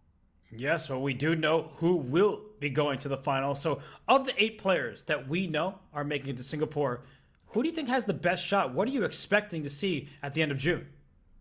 Well, obviously, most of them are evenly matched. They're in the 26 to 2,700 FIDE range. A lot of them are experienced blitz players. In terms of the favorites on paper, obviously, Alexei Sarana has a proven record, a reputation for doing really, really well in rapid events that carries over to over-the-board play. He's been impressive there as well. And I'm looking forward to seeing Alexander Bortnick. Obviously, I'm good friends with him. I'll be rooting for him.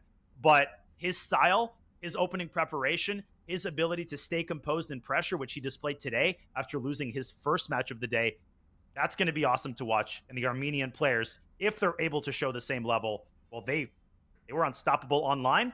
Let's see if they're unstoppable over the board. Yeah, they looked fantastic. All the players who made it through did, but the Armenians in particular, 3 match wins. And Dana, quick question from me to you here is there a difference when you're in person at an event playing in Singapore? How does that change the dynamic? Well, it changes it quite a bit, right? Obviously, you see your opponents, you see their faces, you touch the pieces. Everything about it is a little bit different. Doesn't mean that the quality of play, the level of play changes all that much, but the environment, the fact that more people are watching, it makes you more nervous, right? It makes it more probable that blunders occur, and it becomes all the more important to keep your composure and whatever you want to tell yourself to make yourself play the way that you did in order to qualify for the tournament. That's what you want to see from these players. Yeah, there's just something different when you're face-to-face with somebody. Even though there may be computer screens in front of you, when you're seated in front of somebody, you're not just looking at Zoom cameras. I think that only adds to the tension. So what we've seen these last 2 days and throughout all the stages of the Olympic Esports Series for chess, 24,000 people entered. We are now down to 8 players that we know of going to Singapore. It's been an awesome ride. These players deserve it. They worked super hard, and they are going to give their best come the end of June. So with that, we wrap up the preliminary stage for this Olympic Esports Series in chess. I want to thank everybody for tuning in. Danya, of course, I want to thank you for commentating with me, our producers, everybody working behind the scenes, and most of all, our players. We will see you June 22nd to 26th in Singapore. You won't want to miss a beat. See you then.